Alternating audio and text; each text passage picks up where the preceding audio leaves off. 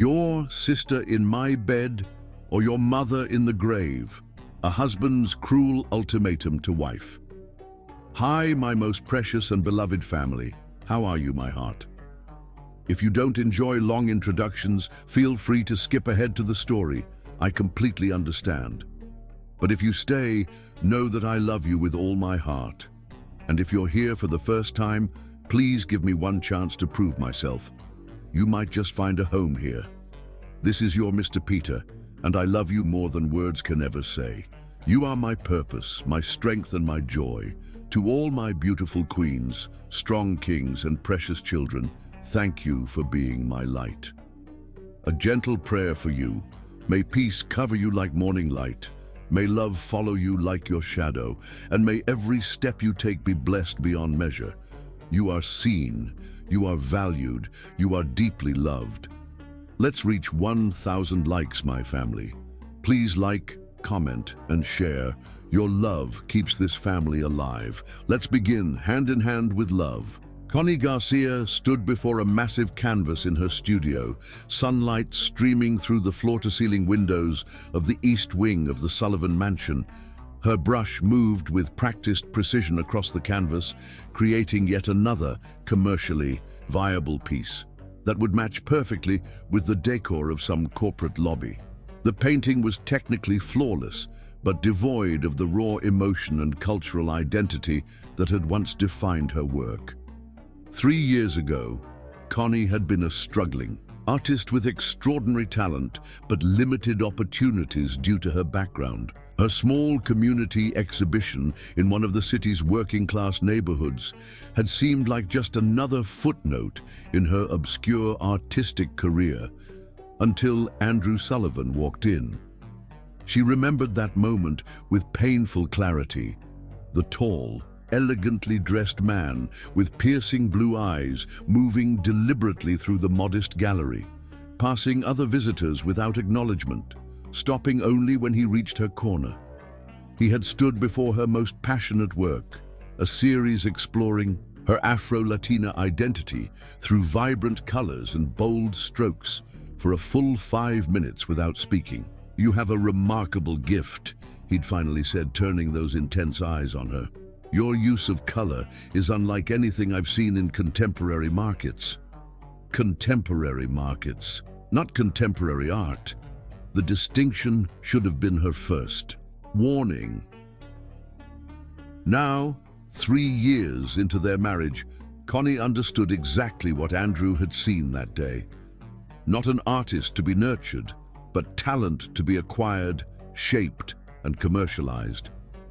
Just like every other asset in his portfolio, a soft knock at the studio door interrupted her thoughts. "Mrs. Sullivan?" The newest housekeeper, Connie couldn't remember her name, they cycled through staff so quickly, stood in the doorway, carefully, maintaining the exact distance Andrew had established as appropriate. "Mr. Sullivan asks that you join him for dinner at 7. He has requested you wear the blue dress he purchased in Milan." Requested, as if she had a choice. "Thank you," Connie replied, forcing a smile. "Please tell my husband I'll be there."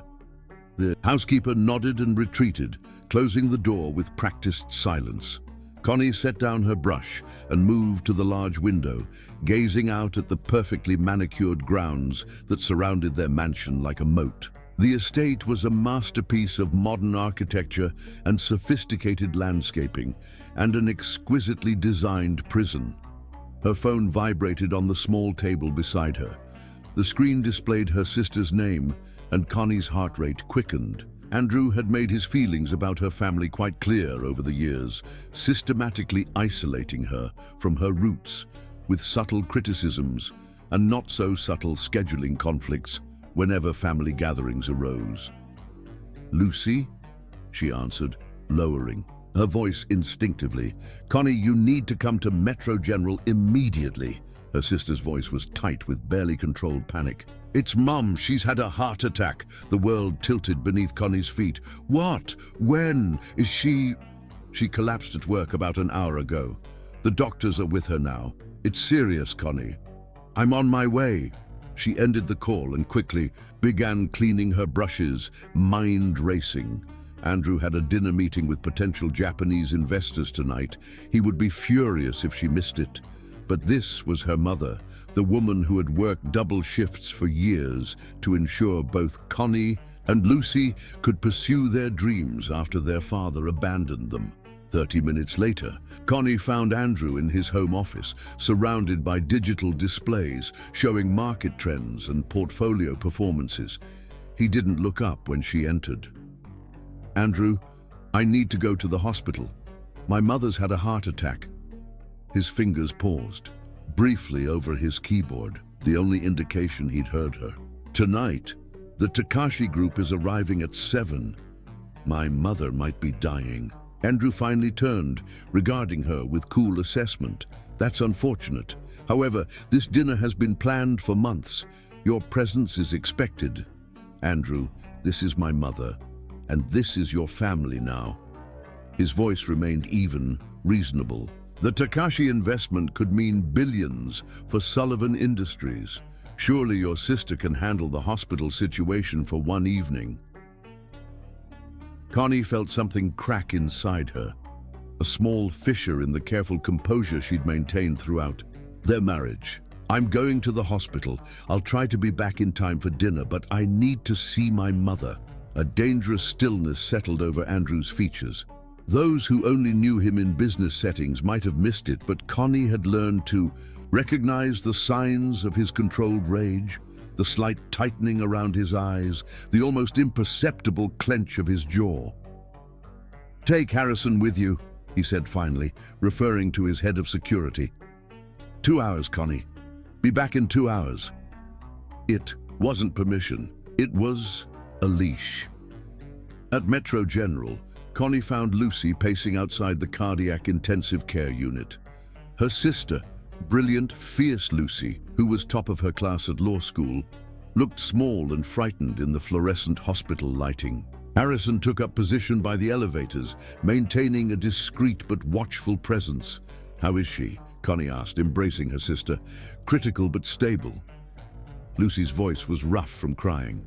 "The doctors say it's some rare condition, hypertrophic cardiomyopathy with complications.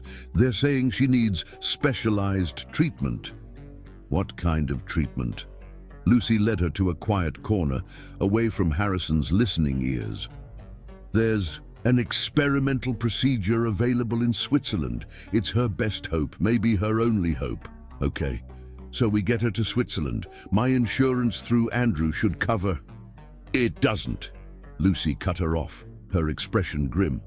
"I already checked. This treatment is too experimental for coverage. It costs $3 million, Connie."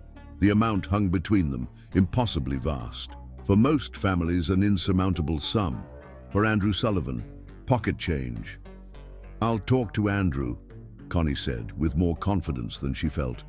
"He can arrange it." Lucy's expression hardened. "Will he, though? The same man who conveniently forgets to invite Mom to any social function, who refers to our neighborhood as that ghetto. This is different. This is life and death." Before Lucy could respond, a doctor emerged from the ICU, her face serious. Beneath her surgical cap, "Ms. Garcia, your mother is asking for both of you." Inside the ICU, their mother looked shockingly frail, surrounded by beeping machines and IV lines. Eleonora Garcia had always been a force of nature, working double shifts as a hospital administrator after their father left, attending every school event despite exhaustion, pushing her daughters to reach heights beyond what society expected of them. Seeing her diminished by illness felt fundamentally wrong. "My beautiful girls," she whispered, extending weakened hands to both her daughters. Together, as always.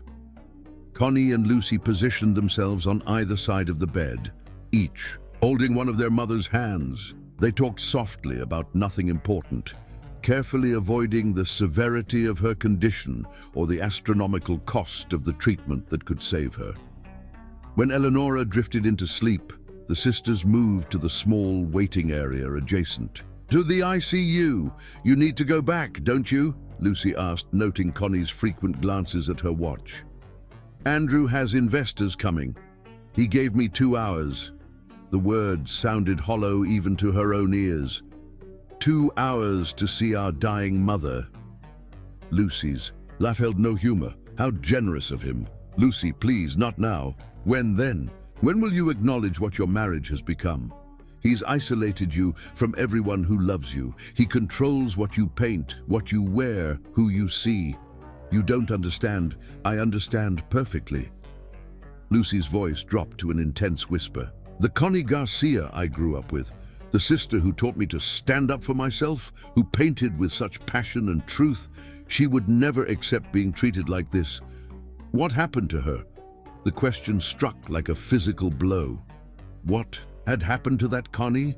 The one who'd fought her way into art exhibitions despite rejections based on her background. The one who'd sworn she'd never compromise her artistic voice. Golden handcuffs had happened, the seductive comfort of wealth, the gradual erosion of independence, so subtle she barely noticed it happening, one small compromise at a time. Connie checked her watch again. I have to go. I'll talk to Andrew about the treatment tonight. And if he refuses? The question followed her all the way back to the mansion, where Andrew was already dressed for dinner, reviewing briefing documents on the Japanese investors. He barely looked up when she entered their bedroom. The Takashi delegation arrives in 40 minutes. The blue dress is laid out. Connie took a deep breath. Andrew, we need to talk about my mother. After dinner. No, now. The firmness in her voice surprised them both. She needs a specialized treatment that costs $3 million. It's available only in Switzerland. Andrew set down his papers, studying her with cool assessment. $3 million is a significant amount, even for me. It's her only chance to survive. Perhaps? He straightened his already perfect tie. But what benefit would there be to me in such an expenditure?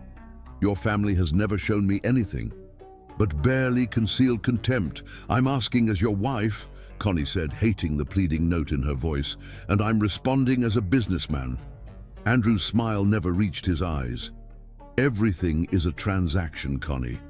You've never quite grasped that. As she mechanically prepared for the dinner, applying flawless makeup to hide the turmoil beneath, Connie confronted the brutal reality of her marriage. The man she had thought would give her freedom through financial security had instead fitted her with golden handcuffs, each link forged from small surrenders and quiet compromises. Now, with her mother's life hanging in the balance, she faced the ultimate test of what those handcuffs truly cost. And for the first time in 3 years, she began to wonder if any cage, no matter how gilded, was worth the price of her family's well-being or her own soul.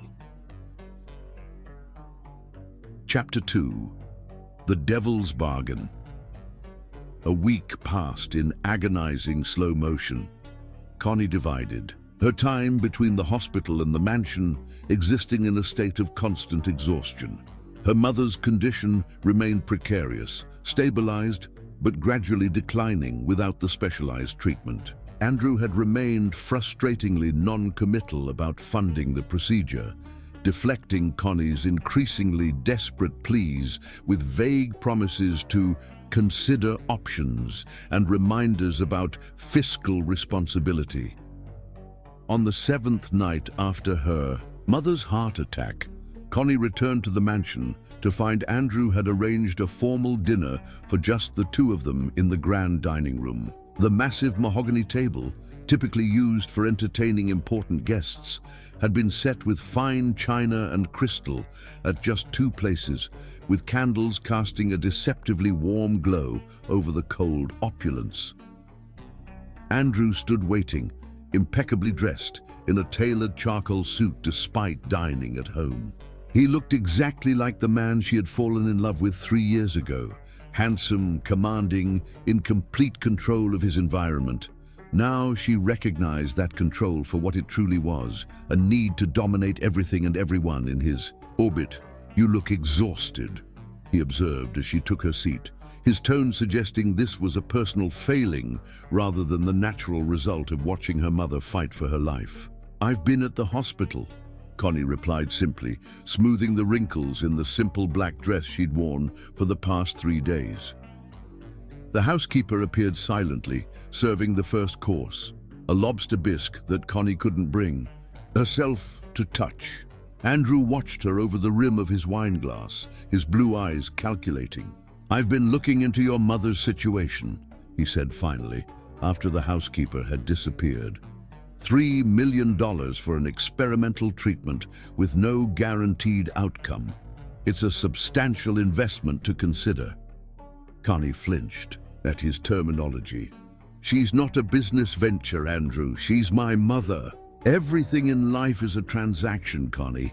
That's something your family has never understood." He set down his wineglass with deliberate precision. "However, I believe I've found a solution that could work for everyone involved." A flicker of hope rose in Connie's chest. "You'll pay for the treatment under certain conditions." Andrew signaled for the housekeeper to clear the untouched soup and leave them in privacy. Once they were alone, he reached into his jacket and withdrew a document, sliding it across the table toward her. A contractual arrangement. Connie stared at the document, bound in expensive leather with gold embossing. "What kind of contract?" "One that outlines a simple exchange." Andrew's voice was matter-of-fact, as though discussing nothing more significant than a property acquisition. "I will provide the full $3 million for your mother's treatment in Switzerland. First-class travel arrangements, private accommodations during her recovery, the very best specialists, everything she needs. And in exchange?" Connie's voice caught, already sensing something terrible coming. Andrew leaned back in his chair, studying her with clinical detachment. "In exchange, your sister spends 1 night in my bed." The words hung in the air between them, monstrous and impossible. Connie felt as though all oxygen had been sucked from the room. "What did you say?" she whispered, hoping desperately she had misheard. "You understood me perfectly." Andrew's expression remained unchanged, as though he'd proposed nothing more controversial than a business merger. "1 night with Lucy in exchange for your mother's life. It's a straightforward proposition." "You're insane." Connie pushed back. From the table, her chair screeching against the marble floor. "She's my sister. She's 23 years old, and you're my husband. A fact you've seemed less than enthusiastic about lately." Something dangerous flashed in his eyes. "Lucy is an adult, quite capable of making her own decisions. And she's certainly spirited. Unlike you, she's never learned when to be accommodating." "This isn't accommodation, it's exploitation." Connie's voice rose, trembling with rage and disbelief. "How dare you suggest something so vile?" Andrew remained unmoved by her outburst. "Your sister in my bed or your mother in the grave?" A choice, really. The crystal wineglass in Connie's hand shattered against the far wall before she even realized she'd thrown it, crimson liquid streaming down the cream-colored silk wallpaper like blood. "You're a monster," she whispered, trembling with fury. Andrew didn't even flinch at the destruction, merely gesturing for a hovering staff member to clean the mess. "I prefer to think of myself as practical. We all want something, Connie. I want your sister. You want your mother to live. Lucy wants to complete law school without crushing debt." He shrugged elegantly. "Everyone can get what they want, except Lucy's dignity and my mother's chance to recover without being tainted by this obscenity." "They need never know the terms," Andrew said, his voice softening into something almost reasonable.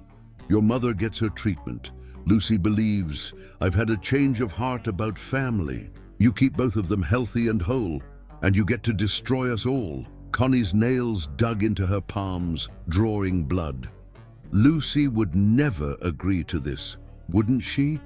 Andrew raised an eyebrow. "For her mother's life? Are you so certain?" He leaned forward, his expression suddenly intense. And before you judge me too harshly, ask yourself how I built my empire. This isn't the first time I've made such arrangements. People sell pieces of themselves every day, Connie. Their time, their talent, their bodies, their integrity. The only difference is the price. Connie stared at him, truly seeing the man she'd married for the first time. Not the charming, brilliant businessman who'd swept her off her feet, but something hollow and predatory wearing the mask of humanity. You're telling me you've done this before? Exploited vulnerable women? Andrew waved. A dismissive hand. I prefer to think of it as providing opportunities. When Harrison's wife needed that specialized cancer treatment last year, do you really think it was corporate benevolence that covered the costs? The implication struck Connie like a physical blow. Harrison's wife, Julia, a beautiful, quiet woman who could barely look Andrew in the eye at company functions.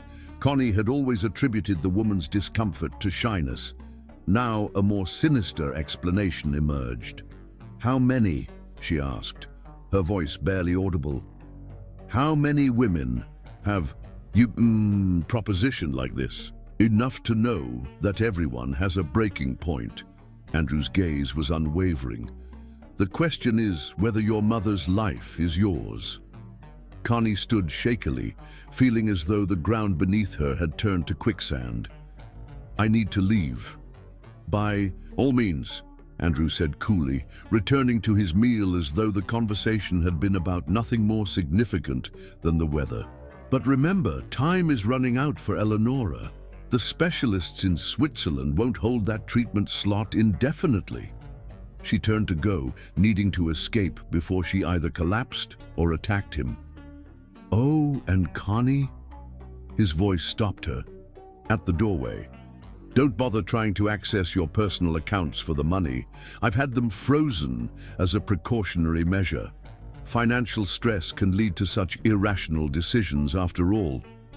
The door closed behind her with the finality of a coffin lid. Connie made it halfway up the grand staircase before her legs gave out. She sank onto the steps, mind reeling as the full horror of her situation crystallized. Her mother was dying. The only treatment that could save her cost more than Connie could ever hope to raise without Andrew's help. And Andrew's price was her sister's body and dignity, her sister, beautiful, brilliant Lucy, who had fought her way into one of the country's top law schools through sheer determination and intelligence. Lucy, who had never bowed or simpered to gain Andrew's approval the way so many did. Lucy, who had seen through him from the beginning. Your husband looks at women like they're acquisitions, she told Connie after their first meeting, like he's calculating their value and utility. Connie had dismissed her concern as jealousy or misunderstanding. Now she recognized it as perception. Into the quiet opulence of the mansion, surrounded by priceless art and luxury that now felt like a mockery, Connie faced the truth. She had married a predator, and now he had her family in his sights. Her phone vibrated in her pocket, Lucy calling for an update. Connie stared at the screen, unable to answer. How could she possibly tell her sister about Andrew's proposition? How could she not, when their mother's life hung in the balance? She let the call go to voicemail, buying herself precious minutes to think. Andrew was right about one thing. Time was running out. The Swiss clinic needed an answer and a deposit by the end of the week. Pulling herself to her feet, Connie made her way to her bedroom, locking the door behind her, though she knew it provided only an illusion of security in a house where Andrew held all the keys. She sank onto the edge of the bed, still fully dressed, and buried her face in her hands. There had to be another way. She could go public with Andrew's proposition, expose him for the monster he was. But she had signed ironclad NDAs as part of their prenuptial agreement. Any accusation would be her word against his, and Andrew Sullivan's word carried the weight of billions. By the time any legal battle played out, Her mother would be long dead. She could beg other family members for help, but there was no one with resources even approaching what was needed. Her father had disappeared years ago, and her extended family was working class, struggling to make ends meet. She could appeal to Andrew's business rivals, but even the wealthiest among them would want something in return. Corporate secrets, proprietary information, things that would constitute illegal corporate espionage. Every path she explored led back to the same impossible choice: her sister's dignity or her mother's life. Outside her window, rain began to fall, streaking the glass with rivulets that mirrored the tears on her face. For the first time since her father had abandoned them, leaving her mother to raise two young girls alone, Connie felt truly hopeless. Her phone vibrated again. Lucy, persistent as always. This time, Connie answered. "Hey," she said, struggling to keep her voice steady. "Sorry I missed your call." "How did it go?" Lucy's voice was taut with anxiety. "Will Andrew help with the treatment?" The question hung between them, laden with hope and fear.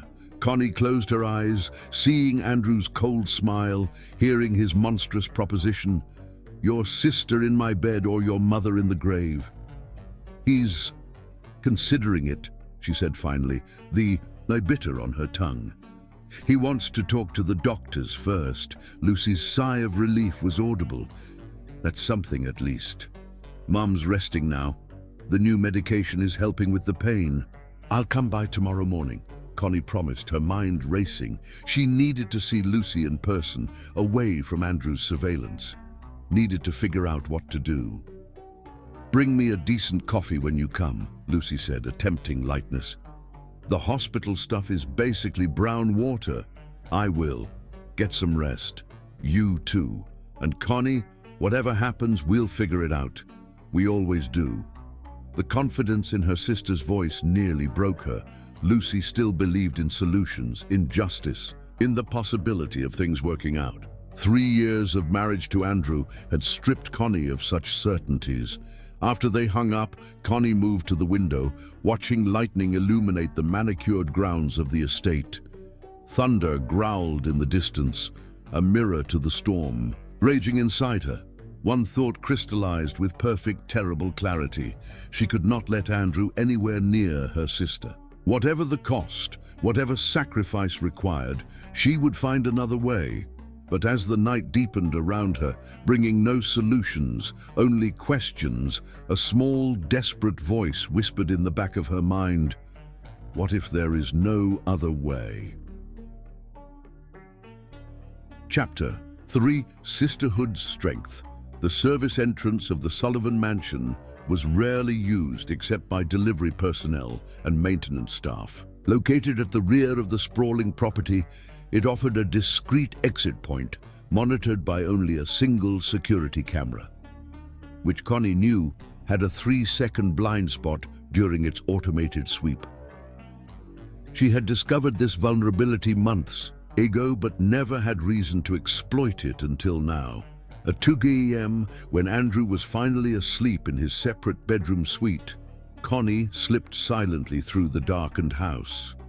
She wore nondescript clothing, jeans and a black hoodie that had remained. Hidden at the back of her closet, relics from her pre-Andrew life. The night security guard was positioned at the main entrance, leaving the service area temporarily unmonitored. Timing her movements to the camera's blind spot, Connie slipped out into the cool night air. She had ordered a rideshare under a false name, directing the driver to wait a block away from the property. 20 minutes later, she was speeding toward the university campus, where Lucy maintained a small apartment near the law school. The city looked different at night. Raw, more honest, without the polished veneer of daylight. Or perhaps it was. Connie, who had changed, stripped of her own carefully maintained facade by Andrew's monstrous proposition. Lucy's apartment building was modest but well-maintained, populated primarily by graduate students. Despite the late hour, light still spilled from beneath her door. Lucy had always been a night owl, especially during exam periods. Connie knocked softly, then more insistently when there was no immediate response. When the door finally opened, Lucy stood blinking in surprise, dressed in worn sweatpants and a university t-shirt, hair pulled back in a messy bun, law books spread across her small dining table. "Connie, what are you doing here at this hour? Is Mom—" "Mom's the same," Connie interrupted, pushing past her sister into the apartment. "I need to talk to you, and it couldn't wait until morning." Lucy closed the door, studying her sister with growing alarm. "What's happened? You look terrible." Andrew made his decision about Mom's treatment. Connie's voice caught, the words sticking in her throat like shards of glass. "And? Will he help?" Lucy guided her to the small sofa, concern etched across her features. "He offered to pay for everything." Connie couldn't meet her sister's eyes. The full treatment, private transportation to Switzerland, accommodations during recovery, all of it. Relief flooded Lucy's face. "That's wonderful. I knew he'd come through eventually. When can we—" "There are conditions," Connie cut her off, the words ash in her mouth. "What kind of conditions?" Lucy's relief transformed instantly to wariness. "What does he want from you?" "Not from me." Connie finally looked up, meeting her sister's gaze. "From you." Confusion flickered across Lucy's face, then understanding dawned with horrifying clarity. She sat back as though physically struck. "He wants me to sleep with him." It wasn't a question. Connie's silence was confirmation enough. "That sick, twisted—" Lucy broke off, her face contorted with disgust.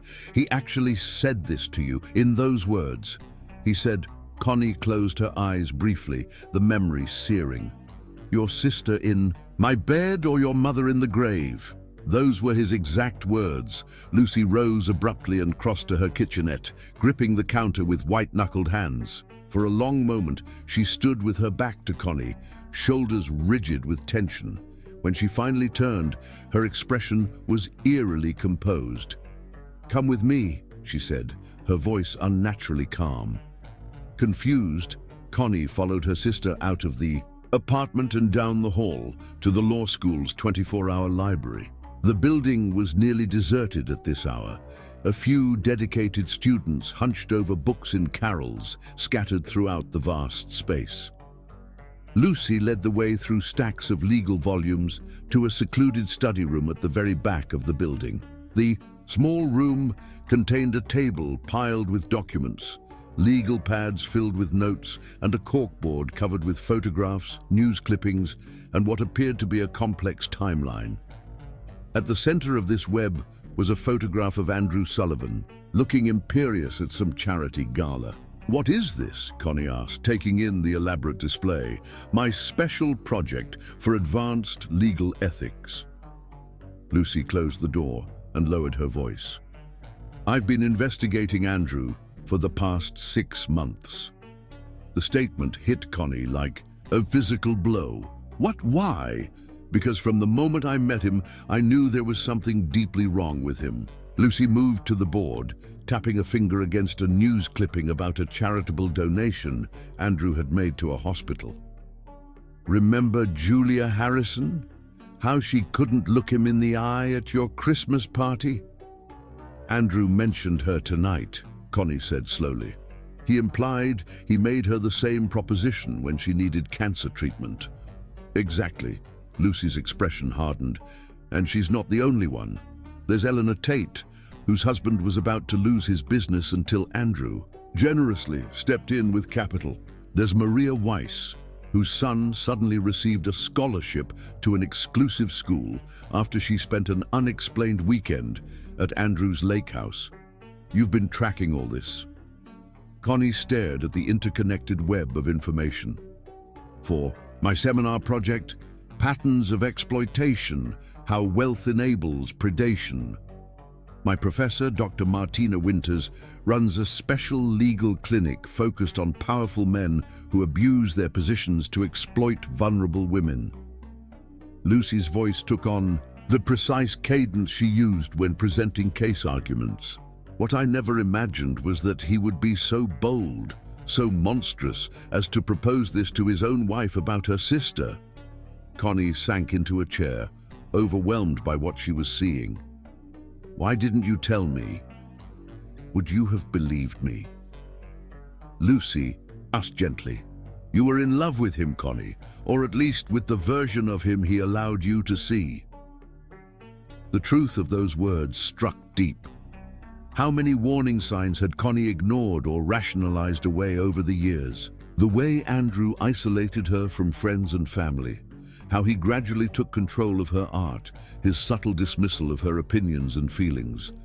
Each small erosion of her autonomy had seemed reasonable in the moment, wrapped in explanations about her best interests or professional growth.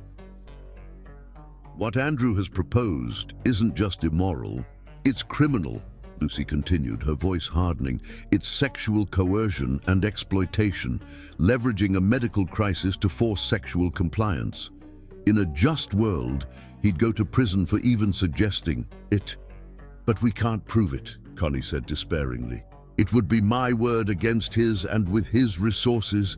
"Not if we trap him," Lucy interrupted, her eyes gleaming with a dangerous light. "Not if we get him to make his proposition explicitly, in a controlled situation, with evidence."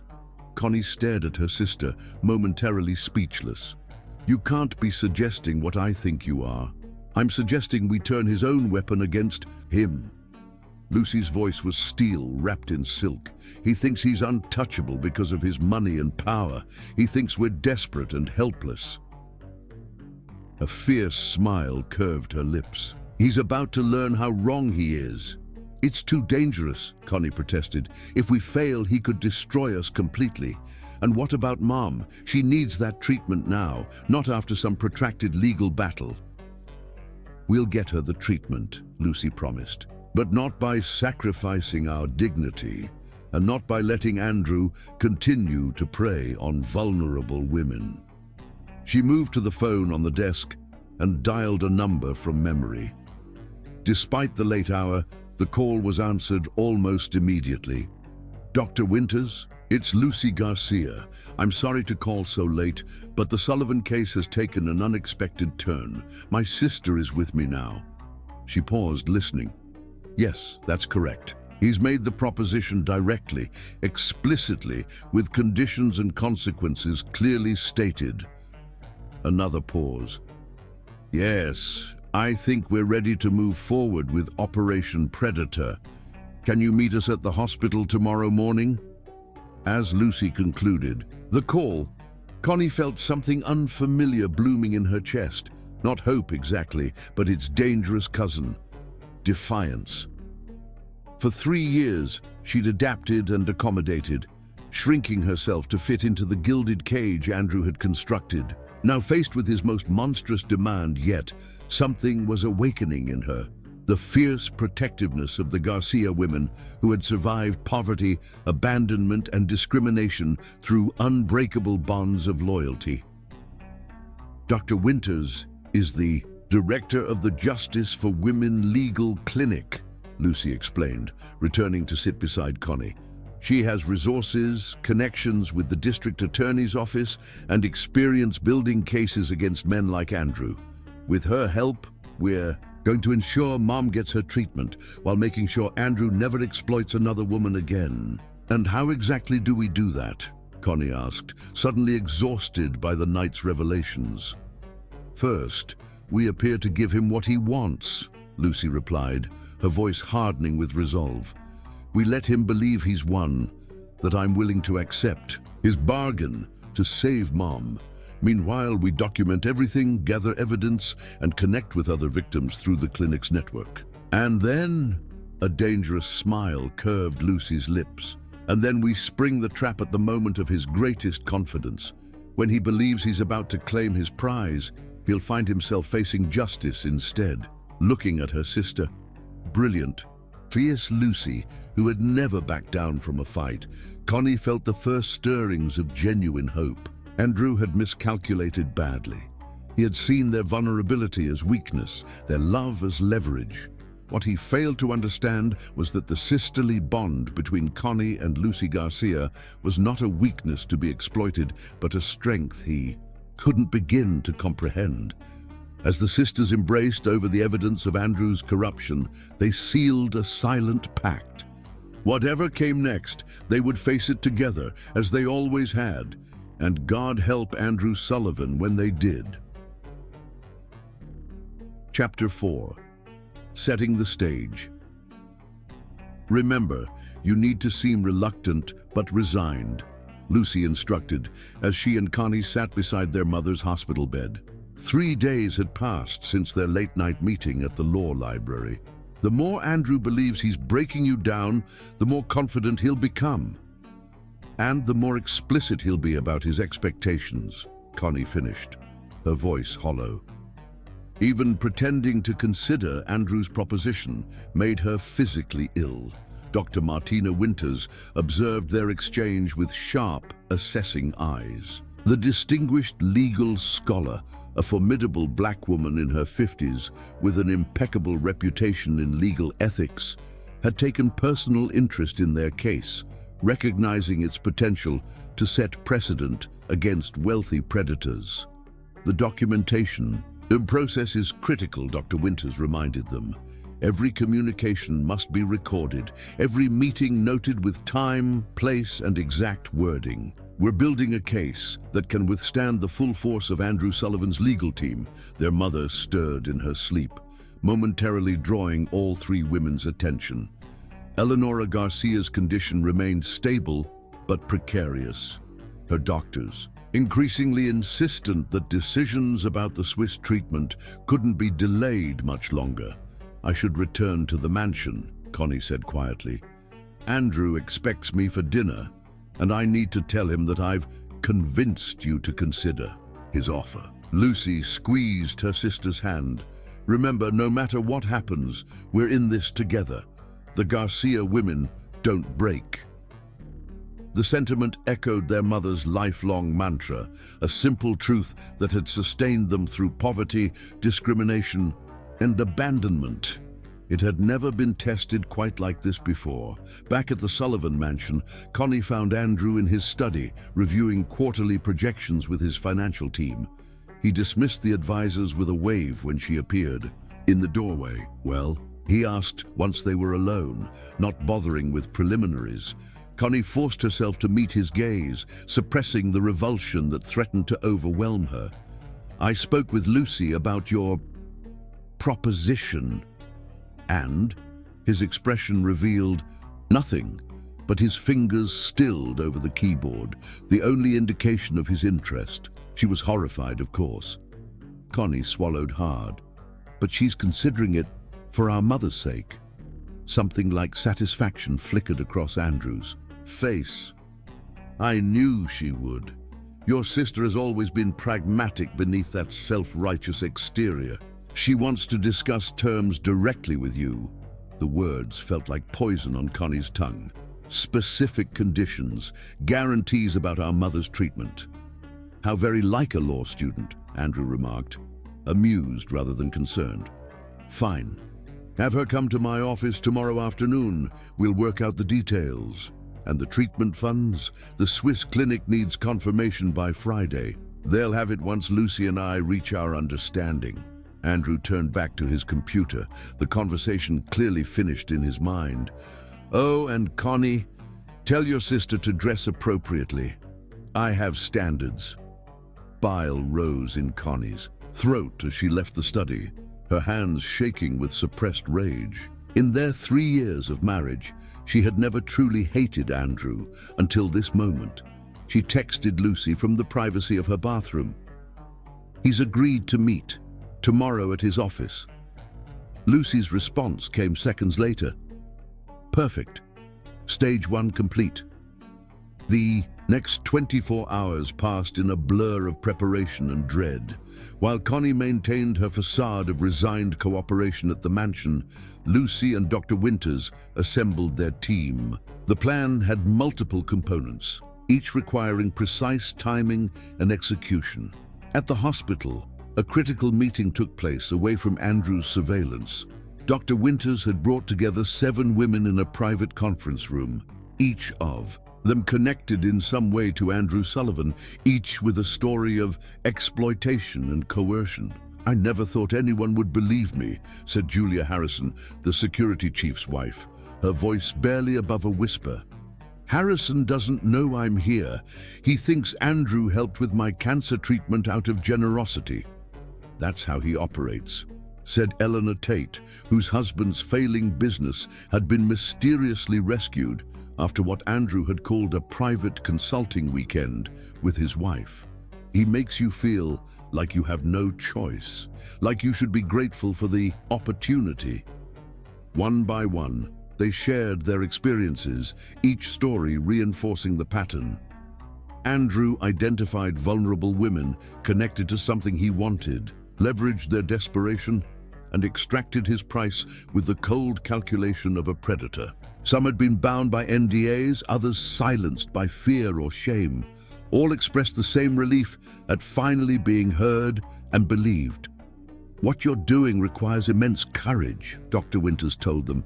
"Mr. Sullivan has spent years operating in the shadows, relying on his victim's silence.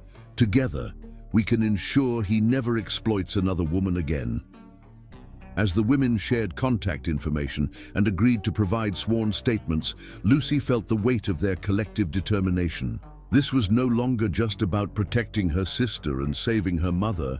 It had become something larger, a chance to challenge the impunity wealth so often provided. Meanwhile, the district attorney's special investigations unit had been briefed and was preparing surveillance equipment sophisticated enough to evade even Andrew's security measures. Given his connections within local law enforcement, only a small, trusted team was informed of the operation. "The recording devices are undetectable," Detective Sofia Ramirez assured Lucy as she demonstrated the technology. "The microphone is embedded in what appears to be a normal watch, and the transmitter is disguised as an earring. Even if his security performs a sweep, they won't find anything." "And you're sure this will hold up in court?" Lucy asked, examining the deceptively simple-looking devices. "Absolutely. We've used this technology in dozens of high-profile cases against powerful men. The recordings meet all evidentiary standards." The detective's expression hardened. "Men like Sullivan think their money makes them untouchable. It's always satisfying to prove them wrong." That evening, as final preparations were being made, Andrew arranged for Connie's mother to be transferred to a private room with upgraded care, a gesture meant to demonstrate his good faith but serving, primarily as a reminder of his power over their family's well-being. "A show of good intentions," he told Connie over dinner, his tone suggesting she should be grateful. "The Swiss clinic has been notified of our interest, and they're preparing for Eleonora's arrival once our arrangement with Lucy is finalized." Connie forced herself to nod appreciatively while mentally noting every word for the case file. Dr. Winters had emphasized the importance of documenting Andrew's explicit connections between the medical treatment and his expectations regarding Lucy. "My sister appreciates your assistance," Connie managed, choosing her words carefully. "She's taking this very seriously." "As she should." Andrew sipped his wine with casual arrogance. "It's not every day a law student from her background has the opportunity to save a life with such a simple act." The dismissive way he reduced Lucy to her background and the violation of her body to a simple act made Connie's skin crawl. This was the real Andrew Sullivan, the man behind the polished public image of philanthropist and business visionary. A predator who viewed women as commodities to be acquired and used. The next morning, Lucy met with Dr. Winters one final time to review the strategy for her meeting with Andrew. "The most important thing is to get him to explicitly restate his proposition on record," Dr. Winters emphasized. "No euphemisms, no implied agreements. We need him to clearly connect the medical treatment to his sexual demands." "And if he becomes suspicious?" Lucy asked, adjusting the watch containing the recording device. "Detective Ramirez and her partner will be positioned as clients in the reception area. If anything goes wrong, they'll intervene immediately. Doctor. Winters squeezed Lucy's shoulder reassuringly. You're not alone in this, Lucy. We have resources and support that Andrew Sullivan can't begin to imagine. As Lucy prepared to leave for the meeting, Connie embraced her sister fiercely. Be careful. Andrew can be unpredictable when he thinks he's being challenged. I've spent my entire law school career preparing to face men like him, Lucy replied, with quiet confidence. He thinks his wealth makes him invincible. Today he learns otherwise. Across town, Andrew Sullivan reviewed his calendar for the afternoon, noting with satisfaction the 2 p.m. appointment with Lucy Garcia. He instructed his executive assistant to clear his schedule for the remainder of the day and ensure they wouldn't be disturbed. Ms. Garcia may require extended consultation regarding her mother's medical arrangements, he explained smoothly, offering the same plausible deniability he had used countless times before.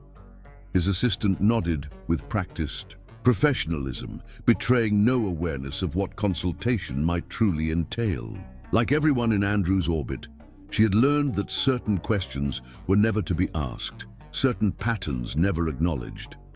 As both sides finalized their preparations, the stage was set for a confrontation with far-reaching consequences. Andrew Sullivan, accustomed to wielding his wealth like a weapon, believed he was orchestrating yet another conquest. What he couldn't know was that the Garcia sisters had transformed his trap into their own, and that his moment of expected triumph would become the beginning of his downfall. In her hospital room, Eleonora Garcia opened her eyes, finding Connie beside her bed. "Where's Lucy?" she asked, her voice weak but concerned. "She's usually here in the afternoons." "She's taking care of something important, Mom," Connie replied, fighting to keep her voice steady. "Something that's going to help you get better." "My girls," Eleonora murmured, her eyes drifting closed again. "Always taking care of everything." Watching her mother's labored breathing, Connie renewed her silent vow. Whatever happened next, Andrew Sullivan would pay for what he had done, not just to her family, but to every woman who had suffered under the weight of his corrupt power. The hour of reckoning was finally at hand. Chapter 5. The Night of Reckoning. Sullivan Tower dominated the city skyline, a gleaming monument to wealth and power that rose 60 stories above the bustling streets. As evening descended, the building's illuminated spire pierced the darkening sky like a stake claiming territory. At its pinnacle, the private penthouse suite occupied the entire top floor, Andrew Sullivan's personal kingdom, where he conducted his most sensitive business away from corporate headquarters. Tonight, that business involved Lucy Garcia. She stood in the private elevator that served only the penthouse, her heart hammering against her ribs despite months of preparation for this moment. The navy dress she wore had been chosen carefully, conservative enough to suggest reluctance, yet elegant enough to avoid arousing suspicion. The diamond stud earrings contained sophisticated transmitters, while her watch housed a recording device capable of capturing every word and sound within a 20-foot radius. "Audio check," came Detective Ramirez's quiet voice through the nearly invisible earpiece. "Signal is clear. We're monitoring from the surveillance van, and the DA's team is tracking remotely." Lucy gave an imperceptible nod, knowing the movement would be captured by the cameras Ramirez was monitoring. Connie was already positioned in a service room adjacent to the penthouse, having arrived disguised as part of the catering staff thanks to Julia Harrison's assistance in circumventing the security protocols her own husband had implemented. The elevator doors slid open silently, revealing a glass-walled foyer that offered a breathtaking panoramic view of the city. A young woman in a sleek black uniform stood waiting, her expression professionally blank. "Ms. Garcia, Mr. Sullivan is expecting you in the main salon. May I offer you a drink?" "No, thank you." Lucy kept her voice steady, betraying none of the tension coiling inside her. As she followed the woman through the opulent space, Lucy took careful note of her surroundings. The penthouse was a study in calculated luxury. Rare art pieces, furniture clearly chosen for aesthetic over comfort, and technology so seamlessly integrated it was practically invisible. This was a place designed to impress and intimidate, to remind visitors they had entered the domain of someone who operated on a different plane of existence. The server led her to a vast living area where floor-to-ceiling windows showcased the city spread out like a glittering carpet far below. Andrew stood with his back to her, silhouetted against the twilight skyline. A deliberate power pose she recognized from her courtroom psychology training. "Right on time," he observed without turning. "I appreciate punctuality." What surprised Lucy most was not the ostentatious display of wealth, but the fact that they weren't alone. A slender blonde woman was arranging glasses at a bar cart in the corner. At first glance, she appeared to be part of the household staff, but something about her posture and the quality of her attention struck Lucy as incongruous. "Thank you for seeing me," Lucy replied, careful to maintain the facade of reluctant compliance they had crafted. "I believe we have matters to discuss." Andrew finally turned, his handsome face arranged in what he probably thought was a sympathetic expression. "Indeed we do. Your sister tells me you've considered my proposal regarding your mother's treatment." "I've considered it," Lucy confirmed, positioning herself where the hidden cameras would have the best angle. "Though I'd like to be clear about exactly what you're proposing. No misunderstandings." "Of course," Andrew gestured to the woman at the bar. "Caroline, perhaps Ms. Garcia would like a drink after all." The woman approached with 2 glasses of champagne, offering one to Lucy with a smile that didn't quite reach her eyes. Up close, Lucy could see this was no ordinary server. The woman carried herself with the authority of someone accustomed to command, her gaze too sharp, too assessing. "I don't believe we've been introduced," Lucy said, accepting the glass. "But not drinking, Caroline Williams," the woman replied. "I assist Mr. Sullivan with special projects." The phrasing sent a chill down Lucy's spine.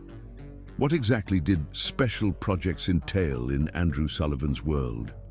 "Caroline has been instrumental in arranging the logistics for your mother's treatment," Andrew explained smoothly. "The Swiss clinic required substantial persuasion to hold the treatment slot without immediate payment." "How fortunate that you have such persuasive employees," Lucy commented, setting her untouched champagne on a side table. Andrew smiled, thinly. "Caroline, would you excuse us? Ms. Garcia and I need to discuss the specific terms of our arrangement." "Of course." The woman nodded and withdrew to an adjoining room, closing the door behind her with deliberate precision. "Now," Andrew continued once they were alone, "let's be direct. Your mother requires a $3 million experimental treatment in Switzerland. I'm prepared to provide that funding along with all associated expenses for travel and accommodation. In exchange, you will spend tonight here with me." He gestured toward a hallway that presumably led to the bedroom. "The funds will be transferred before our arrangement as a show of good faith." "And if I refuse," Lucy pressed, needing his explicit threat on record, "then I provide no funding and your mother dies." Andrew stated it as casually as a weather forecast. "Connie lacks independent financial resources since our prenuptial agreement, and you're a law student buried in student debt. Without my assistance, Eleonora Garcia will be dead within months." He smiled coldly. Simple economics. The calculated cruelty of his proposition, delivered with such casual confidence, made Lucy's skin crawl. This was a man who had spent years reducing human suffering to business transactions, viewing vulnerable women as commodities to be acquired through financial leverage. "Why me?" Lucy asked, maintaining her composure with effort. "You're a billionaire. You could have anyone." Andrew moved closer, studying her with unsettling intensity. Because you've always looked at me with such judgment in those beautiful eyes. Because unlike your sister, you never learned when to be accommodating. His voice dropped lower. And because taking something valuable always means more when it's given reluctantly. His admission of predatory motivation was precisely what they needed on record. Lucy steeled herself for the next phase, the most dangerous part of their plan. "I need certain guarantees," she said, allowing a deliberate tremble in her voice. "The treatment funds must be transferred to the clinic before anything happens. And I want documentation that you've arranged for my mother's transport to Switzerland." Reasonable requests. Andrew moved to a desk and retrieved a folder, opening it to reveal medical documents bearing the Swiss clinic's letterhead. "Your mother's appointment is confirmed for next week. Dr. Weber, the leading specialist in her condition, has personally agreed to oversee her care." He pulled out his phone, tapping the screen. And as a gesture of good faith, he turned the screen toward her, showing a banking app with a transfer of $3 million to an account labeled Weber Clinic. With another tap, the transfer was complete. Satisfied, his smile held the smug confidence of a man accustomed to purchasing compliance. "There's one more thing," Lucy said, moving toward the bar cart as though needing a moment to compose herself. "I need to use the restroom before we proceed." "Of course." Andrew gestured toward a door off the main living area. "Take your time. The evening is ours." In the luxurious bathroom, Lucy locked the door and immediately activated the emergency signal on her watch. 3 quick taps that alerted the team it was time to move in. "He's made the transfer," she whispered into her earpiece. "The proposition has been explicitly stated and recorded. We have everything we need." "Units are in position," came Detective Ramirez's response. 60 seconds to entry." Lucy splashed, water on her face, steadying herself for what came next. When she emerged from the bathroom, Andrew had dimmed the lights and was pouring more champagne. "Feeling better?" he asked, extending a glass toward her. "Perhaps this will help with your nerves." Before she could respond, Andrew set down the glasses and moved toward her with predatory intent. His hand reached for her arm, his expression shifting from solicitous to possessive. "Let's not delay any further. I've kept my part of the bargain. Now it's time for yours." As his fingers closed around her wrist, Lucy pulled back sharply. "Don't touch me." Surprise flickered across Andrew's face, quickly replaced by irritation. "This reluctance is charming to a point, Lucy, but let's not forget why you're here. Your mother's life depends on your cooperation." He moved forward again, this time gripping her shoulders with enough force to leave bruises. The moment his hands made contact, establishing the assault that would elevate the charges against him, the main doors to the penthouse burst open. "Andrew Sullivan," Detective Ramirez announced, flanked by 4 officers and the district attorney. "Herself, you are under arrest for sexual coercion, attempted sexual assault, and extortion." The shock on Andrew's face would have been comical if the situation weren't so grave. He released Lucy immediately, stepping back as though she had suddenly become toxic. "What the hell is this?" he demanded, looking from Lucy to the officers. Advancing into his sanctuary, "This is a private meeting. You have no right." "We have every right," the district attorney interrupted, stepping forward. A tall, imposing woman in her 50s, Regina Hayes, had built her career prosecuting powerful men who believed themselves above the law. "We have documented evidence of your criminal proposition regarding Eleonora Garcia's medical treatment, as well as statements from 7 other women you've similarly coerced." As an officer approached with handcuffs, Andrew's shock transformed into cold fury. "This is absurd. My attorneys will have this thrown out before morning. Do you have any idea who I am?" "We know exactly who you are," Lucy replied calmly. "A predator who uses wealth as a weapon against vulnerable women, and now so will everyone else." The service door opened and Connie emerged, stepping into the room with quiet dignity. Andrew's expression shifted from anger to disbelief as he realized the full extent of their operation. "You set me up," he said to Connie, incredulity evident in his voice. "My own wife." "You set yourself up," Connie replied, standing beside her. "Sister, the moment you tried to use my mother's life to violate my sister." As the officers secured the handcuffs around Andrew's wrists and recited his Miranda rights, he lunged for the phone on his desk. "One call, and this all goes away," he snarled. "I own half the judges in this city." Detective Ramirez smoothly intercepted him, but not before he managed to activate the speakerphone function and bark orders to his lawyer. "Thomas, it's Sullivan. I'm being arrested on some trumped-up charges. Call Judge Winters and buy me out of this mess like last time." The statement, clearly captured by multiple recording devices, sealed his fate more effectively than any physical evidence could have done. The implication of judicial corruption would trigger an investigation far beyond the original charges. Within minutes, Andrew Sullivan, billionaire, philanthropist, predator, was being escorted from his penthouse in handcuffs, his carefully constructed world crumbling around him. "He'll make bail immediately," Detective Ramirez warned as they watched the elevator doors close on Andrew and the officers. "Men like him always do." "Let him," the district attorney replied with grim satisfaction. "The evidence is secure and the media has already been tipped off. By morning, the Andrew Sullivan the public thought they knew will cease to exist." As they gathered their equipment and prepared to leave, Lucy turned to her sister. "It's really happening. We're really taking him down." Connie nodded, tears of relief and vindication streaming down her face. "The transfer to the Swiss clinic went through before the arrest. Mom will get her treatment regardless of what happens next." "And Andrew?" Lucy asked.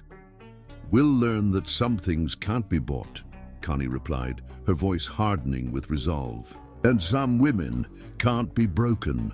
As they left Sullivan Tower, reporters were already gathering in the lobby, alerted by carefully placed leaks from the district attorney's office.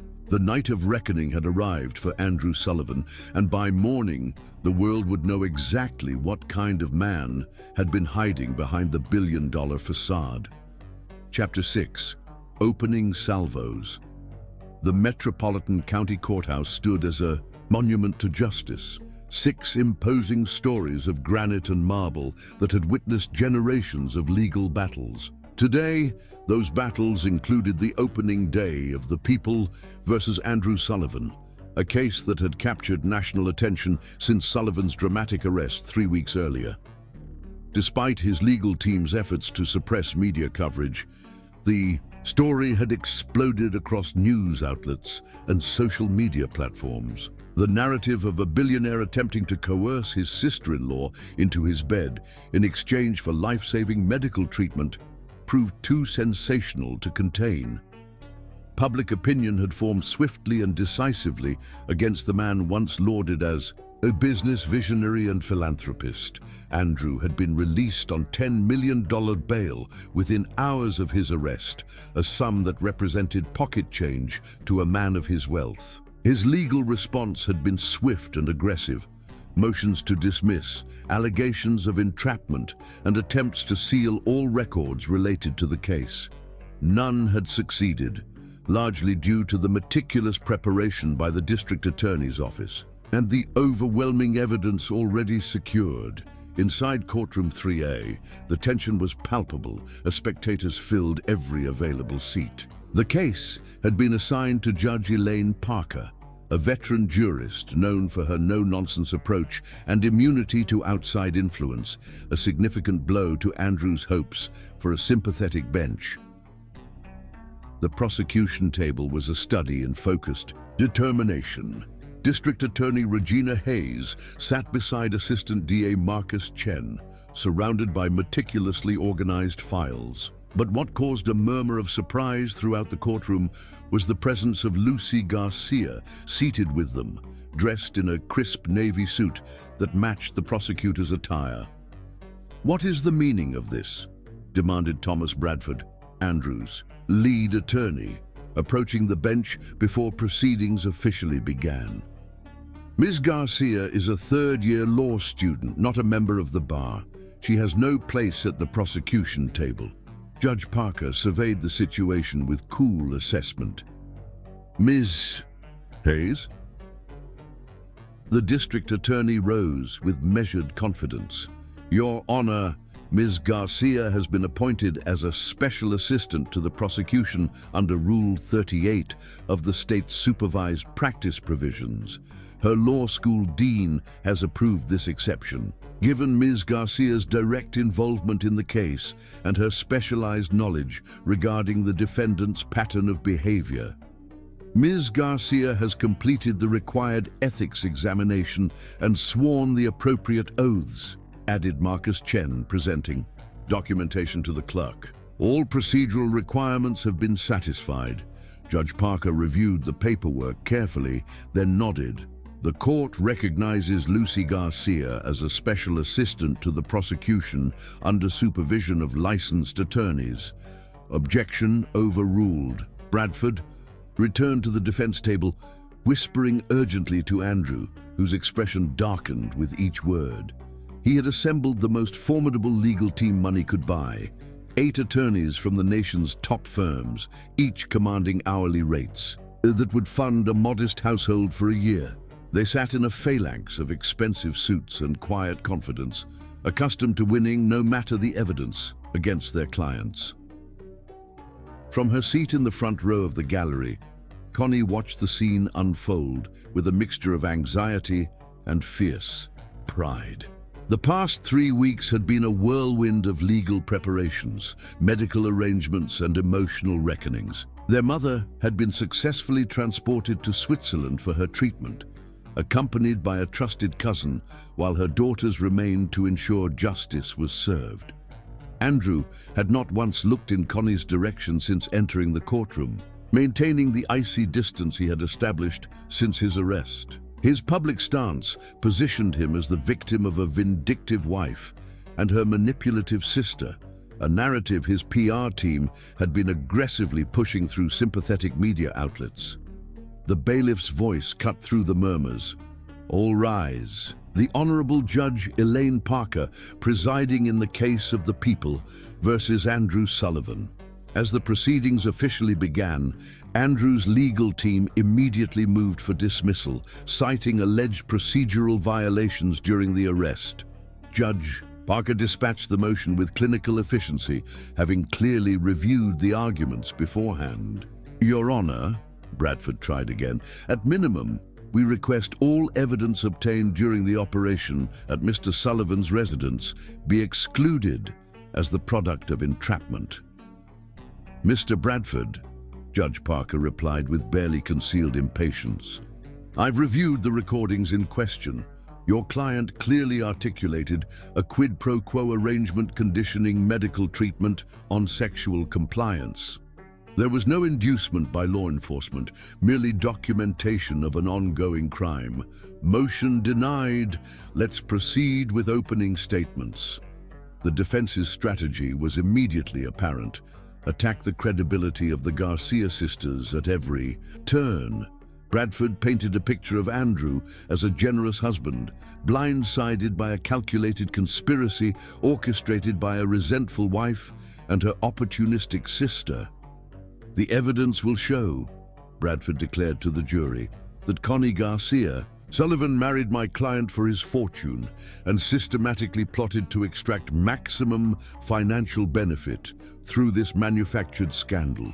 Her sister, an ambitious law student seeking to make a name for herself, eagerly participated in this scheme.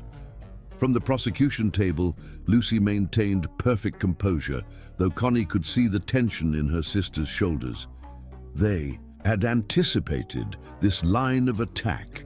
It was the only strategy available given the overwhelming evidence against Andrew. When District Attorney Hayes rose for the prosecution's opening statement, she moved to the center of the courtroom with measured confidence. This case, she began, is about power and its abuse. It's about a man who believed his wealth placed him above the law, above basic human decency, and certainly above the dignity of women he viewed as beneath him. Her methodical outline of Andrew's actions left nothing to imagination.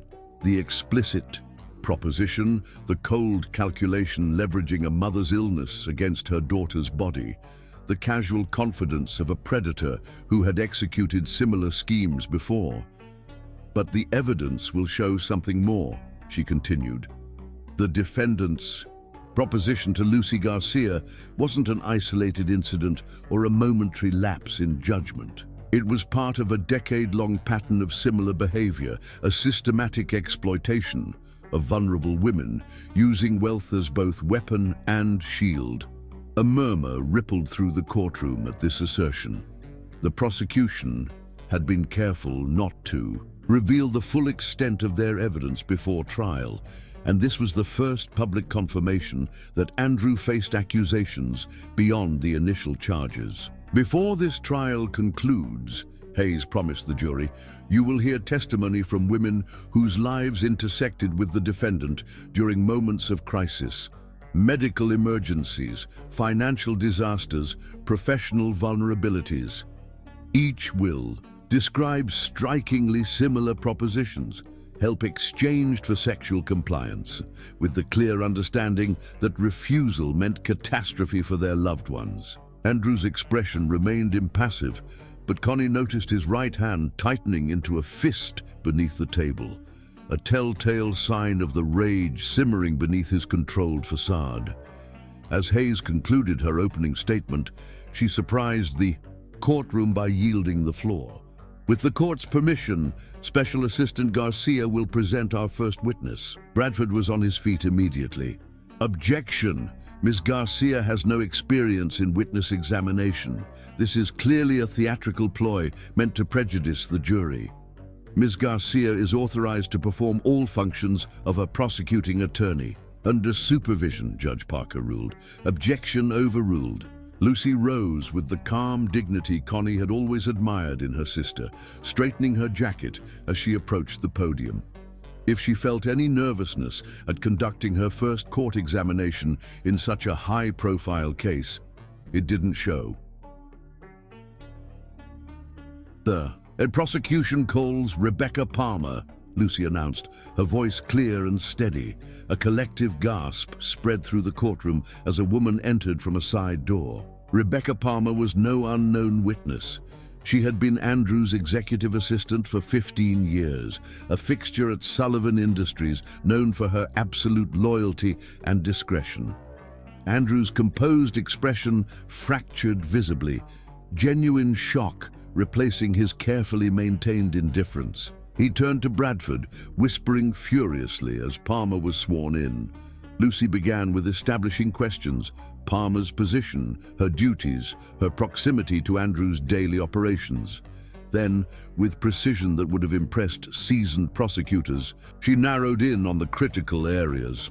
Ms. Palmer, as Mr. Sullivan's executive assistant, did you have knowledge of special arrangements he made with certain women? Objection. Bradford was on his feet again. Vague and prejudicial. I'll rephrase, Lucy responded smoothly. Ms. Palmer, did your duties include scheduling private meetings between Mr. Sullivan and women who were not business associates? Palmer's voice was quiet but firm. Yes. Mr. Sullivan maintained what he called his special projects calendar. These were appointments kept separate from his official schedule. And what was the nature of these appointments? They were meetings with women who needed something from him, usually financial assistance of some kind, women whose husbands worked for him or whose families were in crisis. Did Mr. Sullivan discuss the purpose of these meetings with you? Palmer hesitated, then spoke with obvious reluctance. He said these women had requested private consultations regarding personal matters, but over time I noticed a pattern. What pattern was that, Ms. Palmer? The women always arrived looking nervous, sometimes crying. They left looking different, hollow, and afterward Mr. Sullivan would instruct me to arrange financial transfers, medical appointments, or other assistance for their families. Did you maintain records of these patterns? Yes, Palmer's voice strengthened. After the third such incident, I began documenting everything. Dates, names, the specific crises each woman faced, the assistance provided afterward. And why did you keep these records, Miss Palmer? Because what he was doing felt wrong. These women weren't coming to him willingly. They were desperate. And he was... She paused, looking directly at Andrew for the first time. He was exploiting that desperation. Bradford's objections grew increasingly desperate as Palmer's testimony continued, but the damage was done. The jury watched with rapt attention as Andrew's most trusted employee systematically exposed the infrastructure that had enabled his predatory behavior for years. When Andrew's lawyer finally rose for cross-examination, his approach was brutal, questioning Palmer's motives, suggesting she had been secretly in love with Andrew, painting her as a disgruntled employee seeking revenge for being passed over for promotion. Palmer weathered the attacks with quiet dignity, never raising her voice or becoming defensive. When Bradford finally demanded to know why she had turned against her employer after 15 years of loyalty, her answer silenced the courtroom. Because 3 months ago, my niece came to work as an intern at Sullivan Industries. The day after she started, I saw Mr. Sullivan watching her the same way he watched all the others. I knew it was only a matter of time before some crisis would arise in her life or her family's, and he would make her the same kind of proposition. Her gaze locked with Andrew's across the courtroom. I couldn't let that happen, not to her, not to anyone else. By the time Palmer was dismissed, the atmosphere in the courtroom had shifted palpably. The defense team huddled in urgent consultation, while Andrew sat rigidly in his chair, the mask of confidence finally beginning to crack. As the judge called a recess until the following morning, Connie caught Lucy's eye across the courtroom. No words were necessary between them. The opening salvos had been fired with devastating accuracy, and Andrew Sullivan's carefully constructed empire of impunity was beginning to crumble. Outside the courthouse, reporters swarmed for statements. Bradford delivered a rehearsed declaration about character assassination and unsubstantiated accusations, but his words lacked conviction in the face of Palmer's devastating testimony. The district attorney kept her statement brief. Today's proceedings demonstrate that no one, regardless of wealth or status, is above the law. This case will continue to unfold systematically and methodically until justice is served. As Connie and Lucy made their way through the media gauntlet, a reporter thrust a microphone toward them. Ms. Garcia, how does it feel to face your brother-in-law? In court, are you concerned about the defense's characterization of your motives? Lucy paused, considering her response carefully. This case isn't about me, my sister, or even Mr. Sullivan personally. It's about a system that has allowed powerful men to exploit vulnerable women without consequence. That system ends today. The sisters linked arms as they descended the courthouse steps. Their solidarity, a visible rebuke to the power dynamics Andrew had exploited for so long. The battle was far from over. Andrew's resources were virtually limitless, and his team would fight with increasing desperation as the case proceeded. But for the first time since their ordeal began, victory seemed not just possible, but inevitable. Andrew Sullivan had finally encountered something his billions couldn't overcome. The truth, methodically documented and courageously presented in a forum where wealth held no special privilege. As they reached the sidewalk, Connie's phone chimed. With a message from Switzerland. Their mother's first treatment had been completed successfully. The doctors were cautiously optimistic about her prognosis. She's going to be okay, Connie told Lucy, showing her the message. No matter what happens with the trial, Mom's going to be okay. They're all going to be okay, Lucy replied, looking back at the courthouse, where Palmer stood surrounded by supportive colleagues. All the women he hurt, all the ones he would have hurt in the future, that's what today was really about. As their car arrived to take them back to Lucy's apartment, neither sister noticed the solitary figure watching from a tinted window SUV parked down the street. Andrew Sullivan observed their departure with cold calculation, already planning his next move in a game where, for the first time in his life, he wasn't holding all the cards. The opening salvos had been fired, but the war was just beginning. Chapter 7.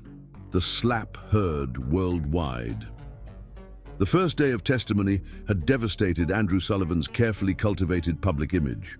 Rebecca Palmer's revelations about his special projects calendar had dominated every news cycle, with legal analysts across the country dissecting the implications of such systematic predatory behavior. Hashtags like "Just Sullivan victims" and "Sisters in bed" were trending worldwide, with thousands sharing their own stories of exploitation by powerful men.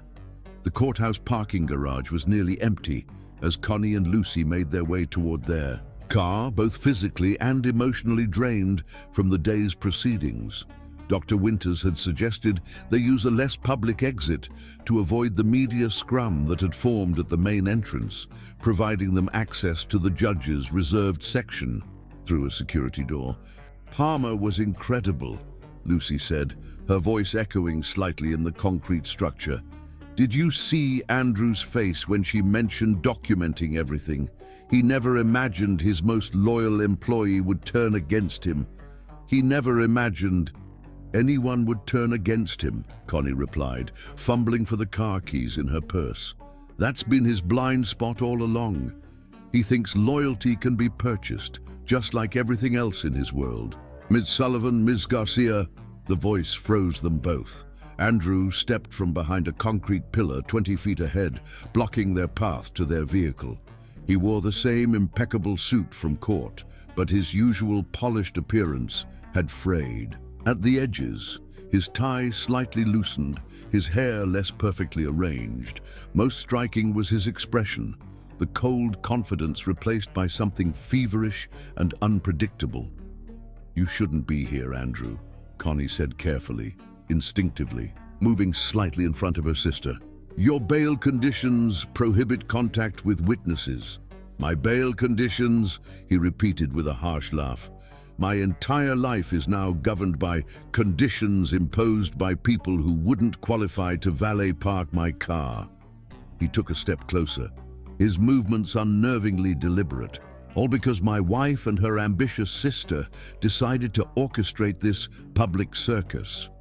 Lucy reached slowly into her pocket, pressing the emergency alert button on her phone that would signal their security. Detail: Dr. Winters had insisted on protection throughout the trial, anticipating exactly this kind of confrontation. "This isn't the place for this conversation," Lucy said evenly, buying time. "Your attorneys would advise against it." "My attorneys," Andrew scoffed. "Do you have any idea what this fiasco is costing me? Not just in legal fees, but in stock, value, contracts, reputation." His voice rose with each word. "Sullivan Industries has lost 18% of its market capitalization since your little sting operation. You should have thought about that before you tried to coerce me into your bed in exchange for my mother's life," Lucy replied, her composure remarkable given the circumstances. Andrew's expression shifted, a calculated smile replacing his anger. As he reached into his jacket, both sisters tensed, but he withdrew only a small leather portfolio. $25 million, he said, opening the portfolio to reveal a cashier's check. "That's my final offer. You drop all charges, sign comprehensive NDAs, and this nightmare ends today. Your mother continues her treatment in Switzerland. I'm not a monster, despite how you've portrayed me. Everyone wins." The casualness with which he attempted to buy his way out of justice was breathtaking. Connie stared at the check, representing a sum larger than most people would see in several lifetimes, offered as casually as spare change. "You still don't understand, do you? Connie said, her voice barely above a whisper. This was never about money. Everything is about money, Andrew countered, stepping closer until he was just a few feet away. The only question is the price. 25 million is generous, considering the circumstances. Generous? Lucy's voice hardened. For attempting to sexually exploit me? For threatening our mother's life? For doing the same to countless other women? Don't be so melodramatic. I offered opportunities in exchange for certain considerations, business transactions between consenting adults. His tone was dismissive, as though explaining basic concepts to children. Now I'm offering you an opportunity to walk away wealthy women, unless you prefer the alternative. Which is? Connie asked, though she already knew the answer. I destroy you both. The pretense of reasonableness evaporated from Andrew's voice. Every detail of your lives will be exposed and dissected. Every ex-boyfriend interviewed about your sexual history. Every financial difficulty presented as motive for extortion. Your mother's treatment in Switzerland. There might be unexpected complications. The law school that's so proudly showcasing Lucy as its star pupil. Anonymous tips about academic misconduct have a way of triggering investigations. As he spoke, he extended the check toward them, his expression making it clear he expected compliance. Your sister in my bed or your mother in the grave. That was my original offer. I'm being far more generous now. Take the money, end this farce, and we all move on with our lives. The casual repetition of the cruel ultimatum that had started everything, combined with his new threats against their mother's treatment, shattered something inside Connie. 3 years of suppressed rage, of accommodating his controlling behavior, of watching him manipulate and demean everyone he considered beneath him. It all crystallized in a single, perfect moment of clarity. Her hand moved before conscious thought could intervene, striking Andrew's face with a force that snapped his head back and sent the check portfolio flying. The sound echoed through the parking garage like a gunshot. Flesh against flesh, power against power. My mother, my sister, and my dignity aren't for sale, Connie declared, her voice vibrating with controlled fury. Andrew staggered back, his hand rising to his reddening cheek in stunned disbelief. For perhaps the first time in his adult life, someone had physically challenged his assumption of invulnerability. The shock in his eyes quickly transformed to rage. You'll regret that for the rest of your life, he snarled, taking a menacing step forward. I don't think so, came a new voice from behind him. Andrew whirled to find Detective Ramirez and her partner approaching rapidly, hands hovering near their weapons. Above them, a security camera pivoted silently, its red recording light blinking steadily. Mr. Sullivan, Detective Ramirez said with cold professionalism, you're in violation of your bail conditions by contacting witnesses in this case. I'm going to have to ask you to step back and place your hands where I can see them. Only then did Andrew notice the camera, his gaze following its line of sight directly to where the confrontation had occurred. His face drained of color as he realized the entire exchange. His threats, his attempted bribe, and the slap had been captured on video. That camera hasn't worked in months, he blustered, gesturing dismissively. Building maintenance confirmed. It last quarter during a security review. It was repaired this morning, Lucy informed him with grim satisfaction. At my specific request, after consulting with courthouse security about concerning blind spots in the garage surveillance system. Remarkable timing, wouldn't you say? The calculated way she had anticipated and prepared for this confrontation left Andrew momentarily speechless.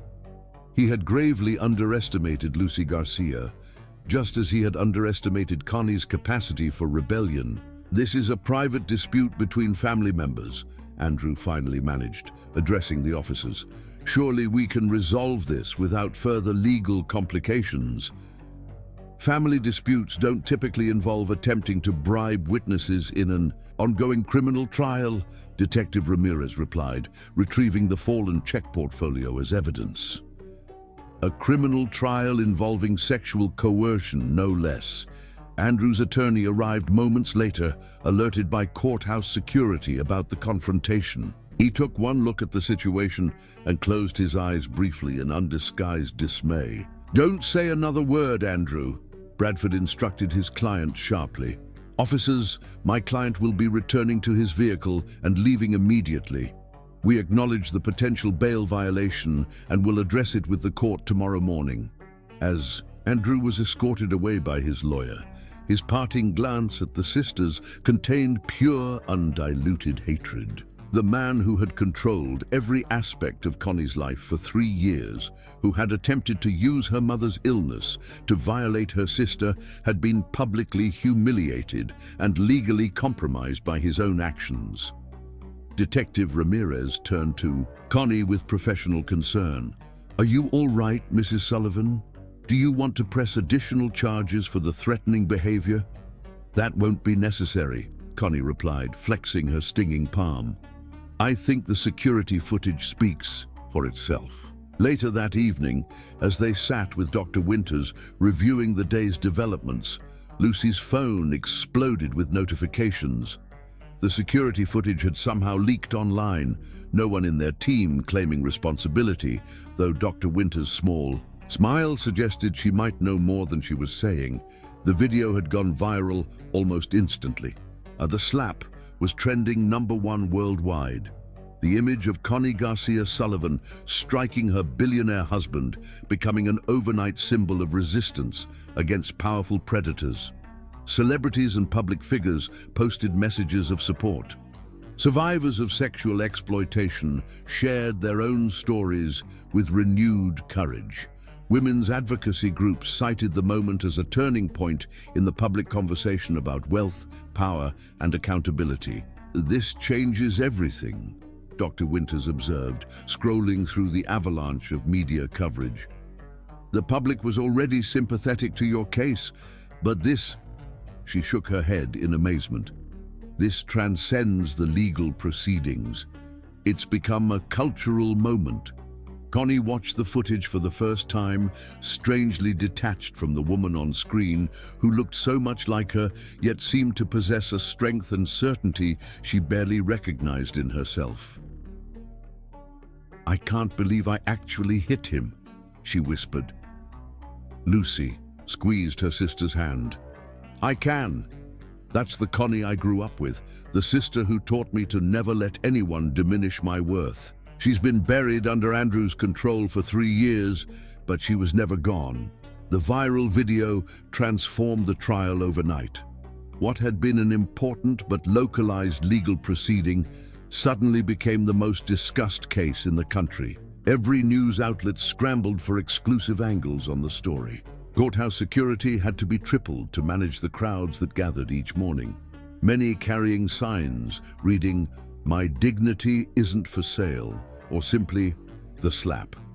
Andrew's legal team moved desperately to have the video suppressed and complained vociferously about the impossibility of a fair trial amid such publicity. Judge Parker acknowledged their concerns but denied their motions for mistrial. "The defendant's own actions created this situation," she noted dryly. "The court cannot be responsible for protecting Mr. Sullivan from the consequences of violating his bail conditions and attempting to bribe witnesses." As day 3 of the trial began, Andrew entered the courtroom with a security detail of his own, private guards who maintained a protective formation around him. The bruise on his cheek had been expertly concealed with makeup, but nothing could hide the damage to his reputation. Overnight, he had transformed from a powerful man fighting serious but abstract charges to a symbol of entitlement brought low by the very women he had attempted to exploit. Connie took her seat in the gallery, acutely aware of the increased attention directed her way.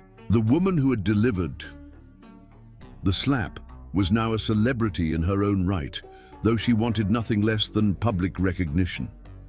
Her only desire was justice for herself, for Lucy, for their mother, and for all the women who had suffered under Andrew's predatory exploitation.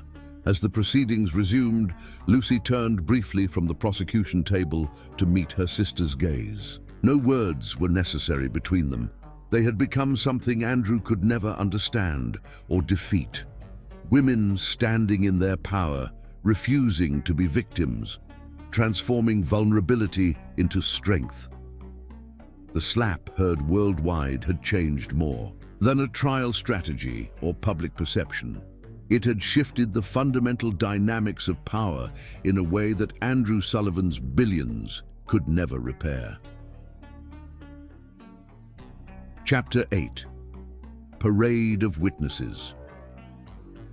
The trial of Andrew Sullivan entered its second week with momentum firmly on the prosecution's side. The viral video of Connie's slap had transformed public perception, but District Attorney Hayes remained focused on methodically building an unassailable legal case.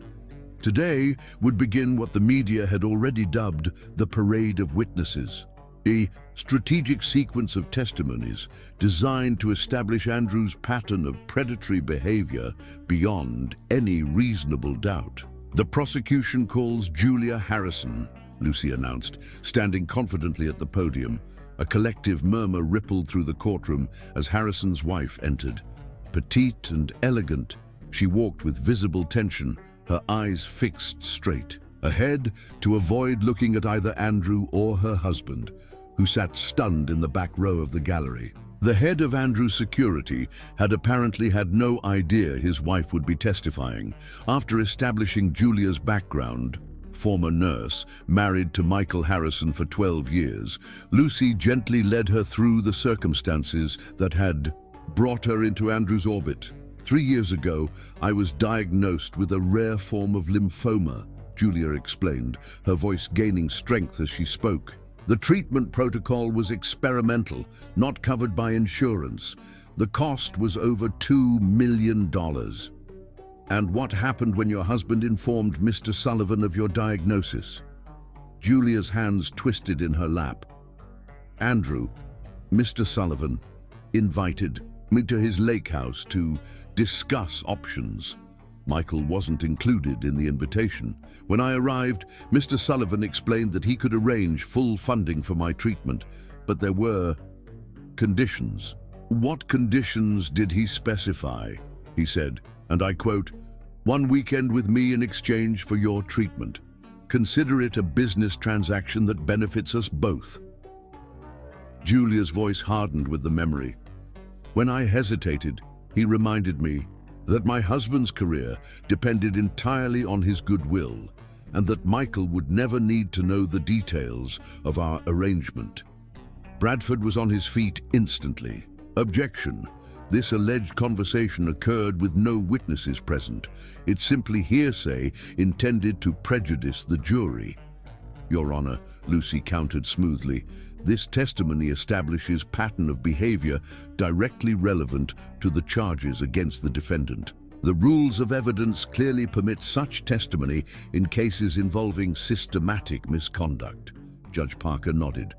Objection overruled. The witness may continue. As Julia detailed her impossible choice, submit to Andrew's demands or face both. Financial ruin and her husband's career destruction, many in the courtroom wiped away tears.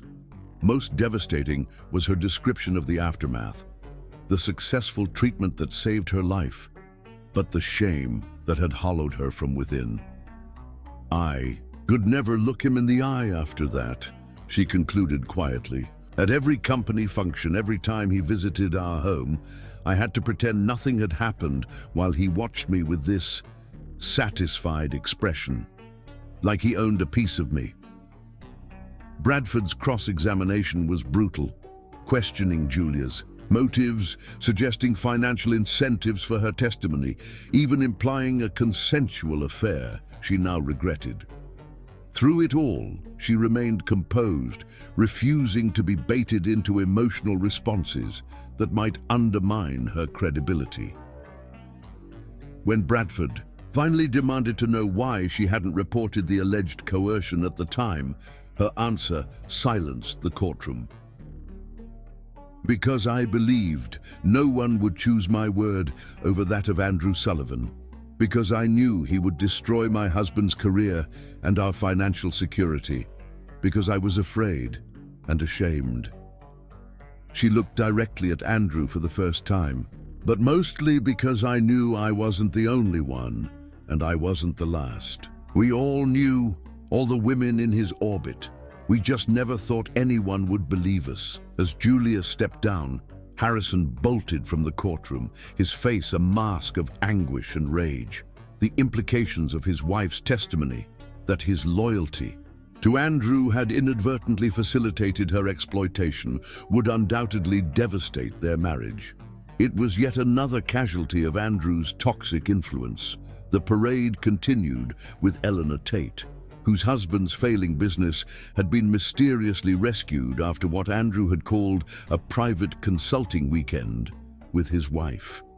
Maria Weiss, whose son suddenly received a scholarship to an exclusive school after she spent an unexplained weekend at Andrew's lake house. Each story followed the same pattern: vulnerability identified, assistance offered with explicit conditions, silence ensured through some combination of shame, gratitude, and fear. Most damaging was the testimony from Catherine Lowell, wife of Andrew's former best friend and business partner, James Lowell. James and Andrew built their first company together in their 20s, Catherine explained to the riveted courtroom. But during the financial crisis of 2008, we were overextended. We faced bankruptcy, losing everything we'd built. And how? Did Mr. Sullivan respond to your financial crisis? Lucy prompted. He invited me to dinner alone to discuss creative solutions. James was in New York, desperately trying to secure emergency funding. Catherine's composed exterior cracked slightly at the memory. Andrew offered to provide the capital needed to save our companies and our home. His condition was identical to what the other women have described. One night with him in exchange for financial salvation. And did you accept his proposition? No. Catherine's voice strengthened. I refused. I told James everything when he returned. What was your husband's response? He confronted Andrew, who denied everything, claiming I had misunderstood a generous business offer. A bitter smile crossed Catherine's face. James believed him, of course. Men like Andrew don't get where they are without being persuasive. 3 weeks later, our company collapsed. James blamed me for refusing Andrew's legitimate help. Our marriage ended 6 months later. Bradford's attempted cross-examination only reinforced Catherine's credibility when he suggested she had fabricated the story out of revenge for business failures. She produced emails and calendar invitations that corroborated the timeline of her account. I knew this day might come, she explained, presenting a sealed envelope she had documented with her attorney years earlier, containing contemporaneous notes of Andrew's proposition. I made sure to preserve evidence, even when no one believed me. The courtroom frequently erupted in shocked laughter when Lucy caught Andrew's character witnesses in contradictions. A business associate who testified to Andrew's impeccable ethics was forced to admit he had personally witnessed Andrew make inappropriate comments about female employees. A society friend who claimed Andrew treated women with nothing but respect acknowledged she had heard him refer to his domestic staff as interchangeable assets. During one particularly effective cross-examination, Lucy questioned Andrew's longtime lawyer, Thomas Bradford's senior partner, about suspicious financial transactions. Mr. Harrington, does Sullivan Industries maintain what's internally referred to as a contingency fund? She asked innocently. The lawyer shifted uncomfortably. All major corporations maintain various contingency resources for unexpected situations. And would those unexpected situations include sexual harassment settlements, non-disclosure agreements with female employees, and what Mr. Sullivan termed gratitude packages for women who provided special services? Harrington glanced at Andrew, visibly torn between perjury and betraying client confidentiality. I cannot comment on specific allocations without violating privilege. Let me refresh your memory, Lucy continued, presenting a document. This financial summary, obtained through subpoena of Sullivan Industries records, shows 17 payments from the Special Contingency Fund between 2015 and 2022, totaling over $12 million. All recipients were women. None of these payments appear in tax filings or official corporate records. Could you explain these discrepancies? The attorney's stammering non-answer caused several jurors to visibly recoil, their expressions making clear they understood exactly what such hidden payments represented. By the time the prosecution reached its final witness of the day, Andrew's composed facade had crumbled completely. He sat hunched at the defense table, obsessively writing notes that his attorneys largely ignored, occasionally whispering urgently in Bradford's ear, only to be silenced with curt dismissals. "The prosecution calls Sophia Chen," Lucy announced. Young woman of perhaps 25 entered the courtroom. Dressed simply but professionally, she carried herself with quiet dignity that belied her youth. "Ms. Chen, what is your relationship to the defendant?" Lucy asked after the preliminary questions. "I was an art student at Westlake College 4 years ago when Mr. Sullivan visited our department as a potential donor." Sophia's voice was soft but steady. "He expressed particular interest in my work and offered me a prestigious internship at his private foundation." "And what happened during that internship?" "At first, it was a dream opportunity. Mr. Sullivan seemed genuinely interested in nurturing my talent. He arranged gallery showings, introduced me to influential people in the art world." Sophia paused, visibly gathering her courage. "Then my mother was diagnosed with early-onset Alzheimer's. We had no insurance for the specialized care she needed. Did you discuss this situation with Mr. Sullivan?" "Yes. He was sympathetic, offering to help find appropriate care options. A week later, he invited me to his penthouse to discuss a special arrangement that could solve my problems." "What arrangement did he propose?" "He said he would cover all expenses for my mother's care, estimated at about $200,000 annually, if I would become his companion whenever his wife was away." Sophia's expression hardened. "He was very explicit about what companion meant." "And what was your response?" "I refused and resigned from the internship immediately. 2 days later, all my scheduled gallery showings were mysteriously cancelled. My academic advisor received anonymous complaints about my work. Every door that had opened because of Mr. Sullivan's influence suddenly closed." Bradford began his cross-examination aggressively, attempting to paint Sophia as an ungrateful opportunist who had misinterpreted innocent mentorship. His approach backfired spectacularly when she produced a recorded voicemail from Andrew, left after she had resigned, explicitly restating his proposition and warning about the consequences of her poor decision. The recording, authenticated by voice analysis experts, captured Andrew's voice saying, "Reconsider my offer, Sophia.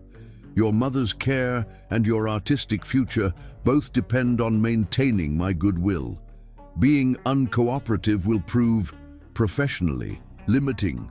Bradford's objections to the recording, claiming violation of privacy laws, were overruled when the prosecution demonstrated Sophia had properly disclosed the recording to authorities as part of a harassment complaint filed at the time.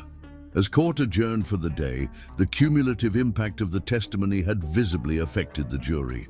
Many had stopped taking notes, instead watching each witness with unwavering attention, their expressions shifting from initial skepticism to growing conviction as the pattern became unmistakable.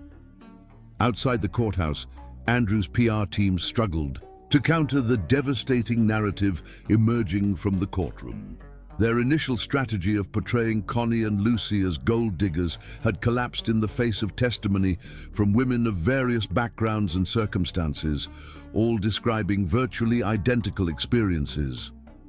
In the quiet of their temporary apartment, they had moved from Lucy's place after receiving anonymous threats.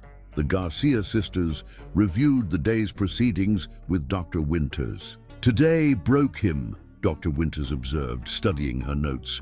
"You could see it happening witness by witness. His entire worldview depends on the belief that his money makes him untouchable. Watching that certainty crumble in public is destroying him more effectively than any prison sentence could." "It's not enough," Connie said quietly. "Breaking him psychologically won't protect other women from men like him. We need legal precedent, formal consequences that send a message beyond this one case." "And we'll get them," Lucy assured her, reviewing preparations for the next day's testimony. "Bradford's running out of strategies. Their character witnesses have backfired. Their cross-examinations have only reinforced our narrative. All they have left is putting Andrew on the stand, which would be suicide given his temperament, or trying for a plea deal." "He won't accept a plea," Connie said with certainty. "His ego wouldn't allow it." As if confirming her assessment, breaking. News alerts appeared simultaneously on their phones. Andrew Sullivan had fired his entire legal team, announcing he would testify in his own defense tomorrow. The three women exchanged stunned glances, recognizing both the desperation and the opportunity this development represented. "He's panicking," Dr. Winters said, a slow smile spreading across her face. "He still believes he can charm or intimidate his way out of this. That same arrogance that led him to exploit so many women is now leading him straight into our trap." Lucy stared at the news alert, her expression a mixture of determination and vindication. Tomorrow, Andrew Sullivan faces his greatest fear, a woman he can't buy, silence or control. "And not just any woman," Connie added softly, "a Garcia woman." As night fell over the city, Andrew Sullivan paced his penthouse, rehearsing arguments before mirrors and practicing expressions of righteous indignation. In his mind, he was still the master strategist, the billionaire who could bend reality to his will. What he couldn't see, what his wealth and privilege had never allowed him to see, was that his true undoing wouldn't come from the legal charges or the damning evidence. It would come from his fundamental inability to recognize the humanity in those he considered beneath him. Tomorrow, that blindness would be exposed before the world, and no amount of money could buy back what he was about to lose. Chapter 9. Taking the stand. The courtroom fell silent as Connie Garcia Sullivan approached the witness stand.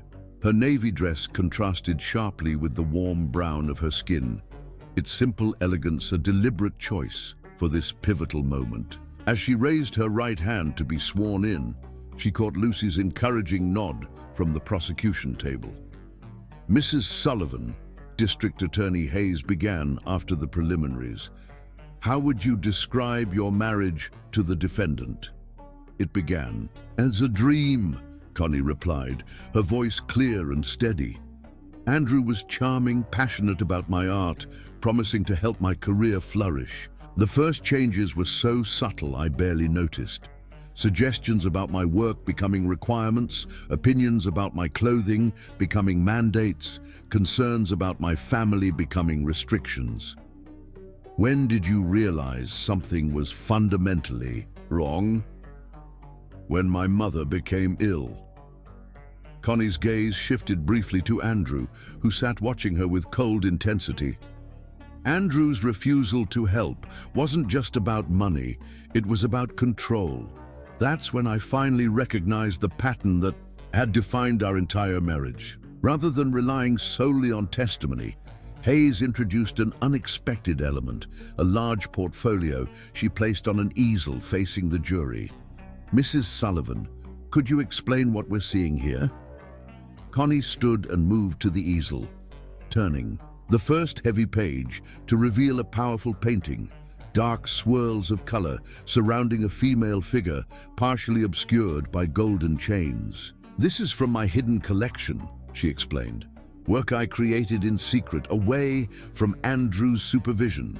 Each painting documents my emotional journey through our marriage."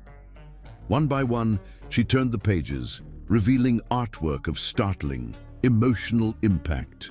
The progression told a visual story more powerful than words, the initial pieces showing vibrant hope, gradually giving way to increasingly constrained expression, culminating in recent works of barely contained rage and desperation. "I had to hide these," Connie explained, returning to the witness stand. "Andrew approved only commercial pieces that matched his aesthetic and could be monetized appropriately. My authentic work, my voice, was deemed unmarketable and too ethnic for his collector friends." The jury studied the paintings with rapt attention, several members visibly moved by the visual testimony of Connie's emotional imprisonment. "When did you create these works?" Hayes asked. "Late at night, when Andrew was traveling. I kept them hidden in a space behind my closet wall." A sad smile crossed Connie's face. "Even in a 50-room mansion, I had to carve out secret spaces to be myself." Andrew's new attorney, a renowned trial lawyer named Victor Mansfield, who had been brought in overnight, approached for cross-examination with predatory confidence. "Mrs. Sullivan, these paintings are quite impressive," he began, his tone conversational. "And potentially quite valuable, I imagine, especially now with all the publicity surrounding this case." "I've never sold my personal work," Connie replied, evenly. "But you could, couldn't you? Particularly after this very public trial raises your profile. The wronged wife's secret paintings, they might command quite a premium." His implication was clear. Her testimony was calculated to increase her market value. "These paintings weren't created to be sold, Mr. Mansfield. They were created to keep me sane." Mansfield pivoted smoothly.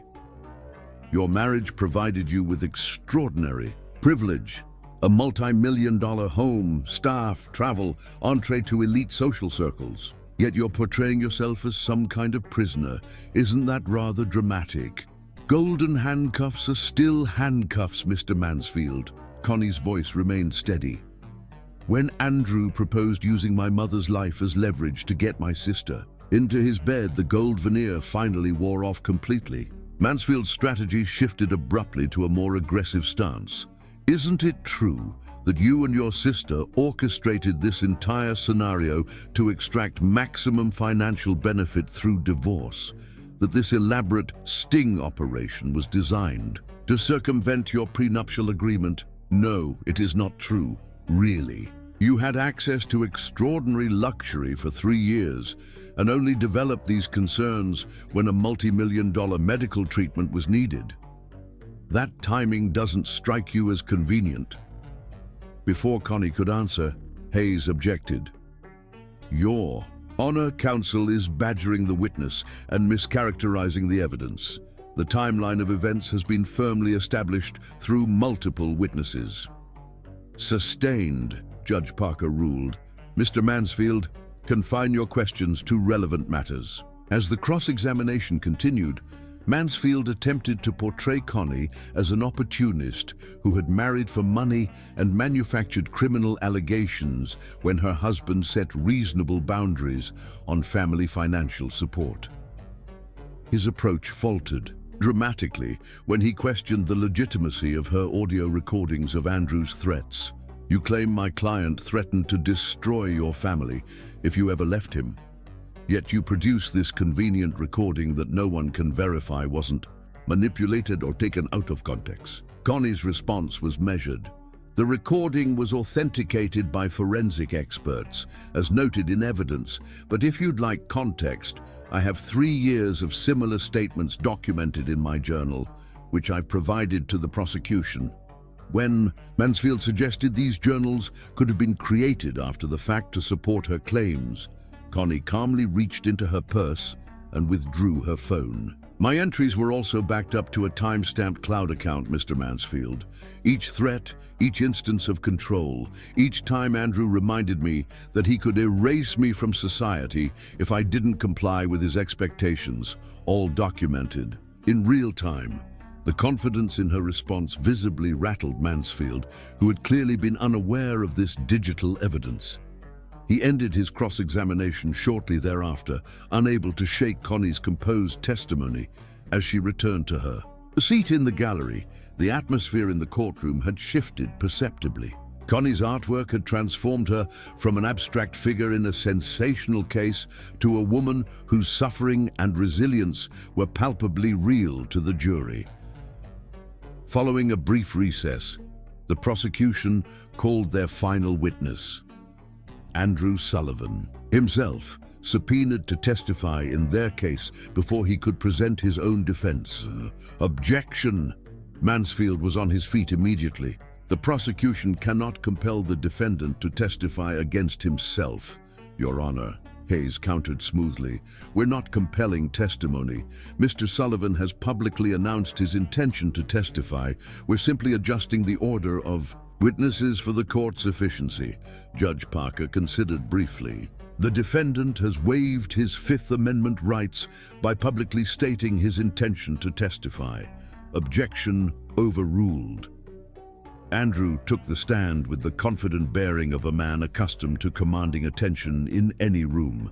His expensive suit and perfectly groomed appearance contrasted sharply with the slight dishevelment he had shown in recent days, a calculated return to the polished persona that had built his empire. Instead of District Attorney Hayes, it was Lucy who approached for the prosecution's examination. Andrew's expression tightened almost imperceptibly at this development. Mr. Sullivan, Lucy began, you've built a reputation as a brilliant businessman. Would you say that reputation is accurate? I believe my record speaks for itself, he replied smoothly. And that record is built on identifying leverage in negotiations, correct? Finding what people need and using it to your advantage? That's a simplistic characterization of complex business strategy. Let's simplify further. Then, Lucy continued, her voice gaining intensity, when my mother was diagnosed with a condition requiring expensive treatment, did you tell your wife, and I quote, your sister in my bed or your mother in the grave? That's a gross mischaracterization of a private conversation. Is it? Because we have your voice on record making exactly that statement during the encounter at your penthouse. Lucy maintained relentless eye contact. Was that an example of your business strategy, Mr. Sullivan? Identifying vulnerability and exploiting it for personal gain? Andrew's composure began to crack slightly. I was offering a solution to a difficult situation. Your family needed financial assistance that went far beyond reasonable expectations. Reasonable expectations? My mother was dying, Mr. Sullivan. And I was willing to help under certain conditions. That's how the world works, Ms. Garcia. Everything has a price. The casual cruelty of his statement hung in the air, exactly the admission Lucy had been seeking. She pressed her advantage. Did you make similar propositions to Julia Harrison, to Eleanor Tate, to Catherine Lowell, to Sophia Chen? Were they all just business transactions to you? Objection, Mansfield interjected. Compound question. I'll rephrase, Lucy said smoothly. Mr. Sullivan, do you make a practice of offering financial assistance to vulnerable women in exchange for sexual compliance? I make a practice of finding mutually beneficial arrangements, Andrew replied, his voice hardening. Adults making consensual exchanges of value. Consensual, when you hold someone's medical treatment, livelihood, or family stability as leverage? People like the Garcias should be grateful for anything given to them. Andrew suddenly exploded, his composed facade shattering completely. Do you have any idea what $3 million means to someone like me? It's nothing, a rounding error. And for that pittance, you've destroyed everything I've built." A stunned silence fell over the courtroom. Andrew seemed to realize immediately what he had done, attempting to regain his composure, but the damage was irreparable. The mask had slipped, revealing the contempt and entitlement beneath. "No further questions," Lucy said quietly, returning to her seat as murmurs spread throughout the courtroom. The prosecution rested its case, and as court adjourned for the day, the Garcia sisters exchanged a silent look of vindication. Andrew Sullivan, who had built an empire on his ability to control every situation, had finally revealed his true nature to the world, not through their testimony or evidence, but through his own unguarded words. The man who had systematically exploited vulnerable women had been undone by his own sense of superiority, exposed not as a business visionary, but as a predator who viewed those with less power as commodities to be purchased and discarded at will. In that moment of unguarded rage, Andrew Sullivan had convicted himself more effectively than any witness ever could. Chapter 10: Justice and Transformation. Will the defendant please rise? The courtroom was packed beyond capacity as Andrew Sullivan stood to receive the jury's verdict. 4 hours of deliberation had felt like an eternity and a heartbeat simultaneously. The trial had lasted 3 weeks, but this moment, this culmination of courage and calculation, had been months in the making. On the count of criminal sexual coercion in the first degree, we find the defendant guilty. Connie reached for Lucy's hand as the forewoman continued through all 27 counts. 27 guilty verdicts representing 7 women whose lives had been irrevocably altered by Andrew Sullivan's predation. The sisters listened in stunned silence as justice, so often denied to women confronting wealthy, powerful men, unfolded with inexorable certainty. Andrew remained unnaturally still throughout the proceedings, his expression frozen in disbelief. The man who had built an empire on the certainty of his impunity was witnessing its collapse in real time, unable to process a world where his money couldn't purchase the outcome he desired. 2 weeks later, the courtroom reconvened for sentencing. Judge Parker's reputation for thoughtful deliberation had never been more evident than in the comprehensive statement she delivered before announcing Andrew's fate.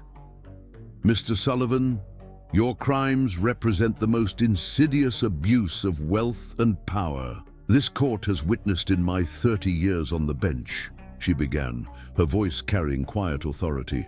"You systematically exploited vulnerable women, leveraging their desperation against their dignity. You treated human suffering as a business, opportunity and women's bodies as commodities to be purchased." The judge leaned forward, her gaze unwavering. "More troubling still is your evident lack of remorse. Throughout these proceedings, your concern has centered entirely on the impact to your reputation and finances, with no acknowledgement of the profound harm you've caused." Andrew stared back, his expression finally stripped of pretense, revealing the hollow core of a man who had defined his worth entirely through external metrics: wealth, power, acquisition. "This court sentences you to 18 years in state prison," Judge Parker continued. "Additionally, you are ordered to pay damages to each victim in amounts detailed in the judgment, totaling approximately 50% of your current net worth." A collective gasp rippled through the courtroom at the financial penalty, representing billions that would transfer from Andrew's control. These funds will establish the Dignity Foundation, administered by a board of trustees, including representatives chosen by each victim, dedicated to supporting survivors of power-based exploitation and advancing legal reforms to prevent such abuses. The judge's voice softened slightly. "Perhaps in this way, some measure of good may eventually come from your crimes." As Andrew was led away in handcuffs, he paused briefly beside his former attorneys. "I'd like to address the court," he said, his voice stripped of its usual commanding tone. Bradford shook his head in warning, but Judge Parker allowed the request. Andrew turned to face the courtroom, his eyes finding Connie in the gallery. "I recognize now what I couldn't or wouldn't see before," he said, each word clearly costing him considerable effort. "My wealth didn't just corrupt my actions, it corrupted my perception of humanity. I viewed people as assets or obstacles, never as equals deserving respect." He paused, visibly struggling. "I can't undo the harm I've caused, but I will carry that recognition with me every day of my sentence." With those words, the first genuine ones many had ever heard from him, Andrew Sullivan disappeared through the door to begin his journey into a world where his billions held no special power. 3 years later, Connie stood in the center of a prestigious gallery surrounded by her most personal works. The secret paintings that had so moved the jury now expanded into a celebrated collection titled Golden Handcuffs. Critics had hailed the exhibition as a raw, unflinching exploration of power's corrosive effects on love, and a visual testimony to resilience that transcends victimhood. The success of her artwork had been just one transformation in the aftermath of the trial.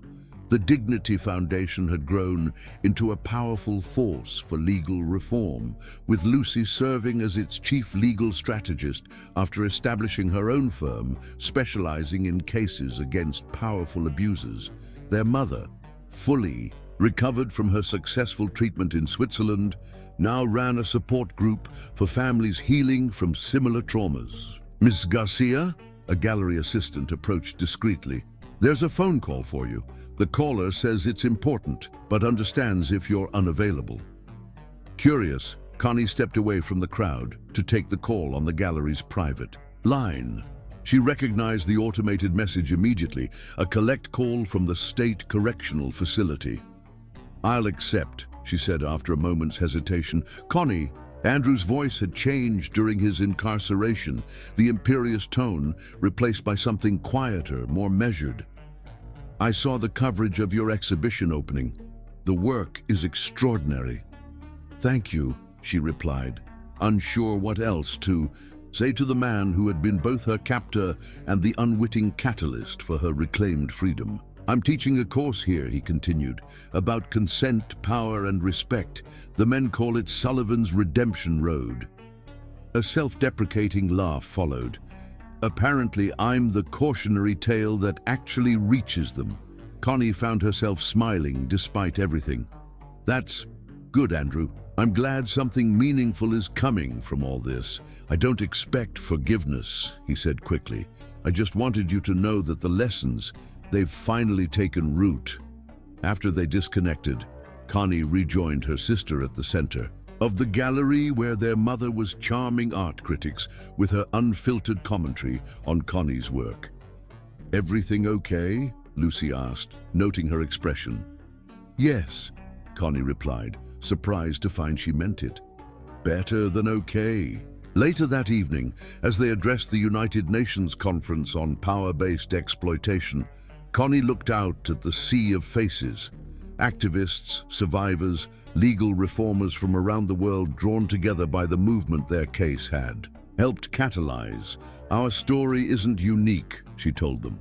"What's unique is that we were heard and believed. What's revolutionary is that justice was served." Lucy stepped forward to join her sister. "The true measure of our success won't be the verdict against one wealthy predator, but the transformation of systems that have protected such men for generations."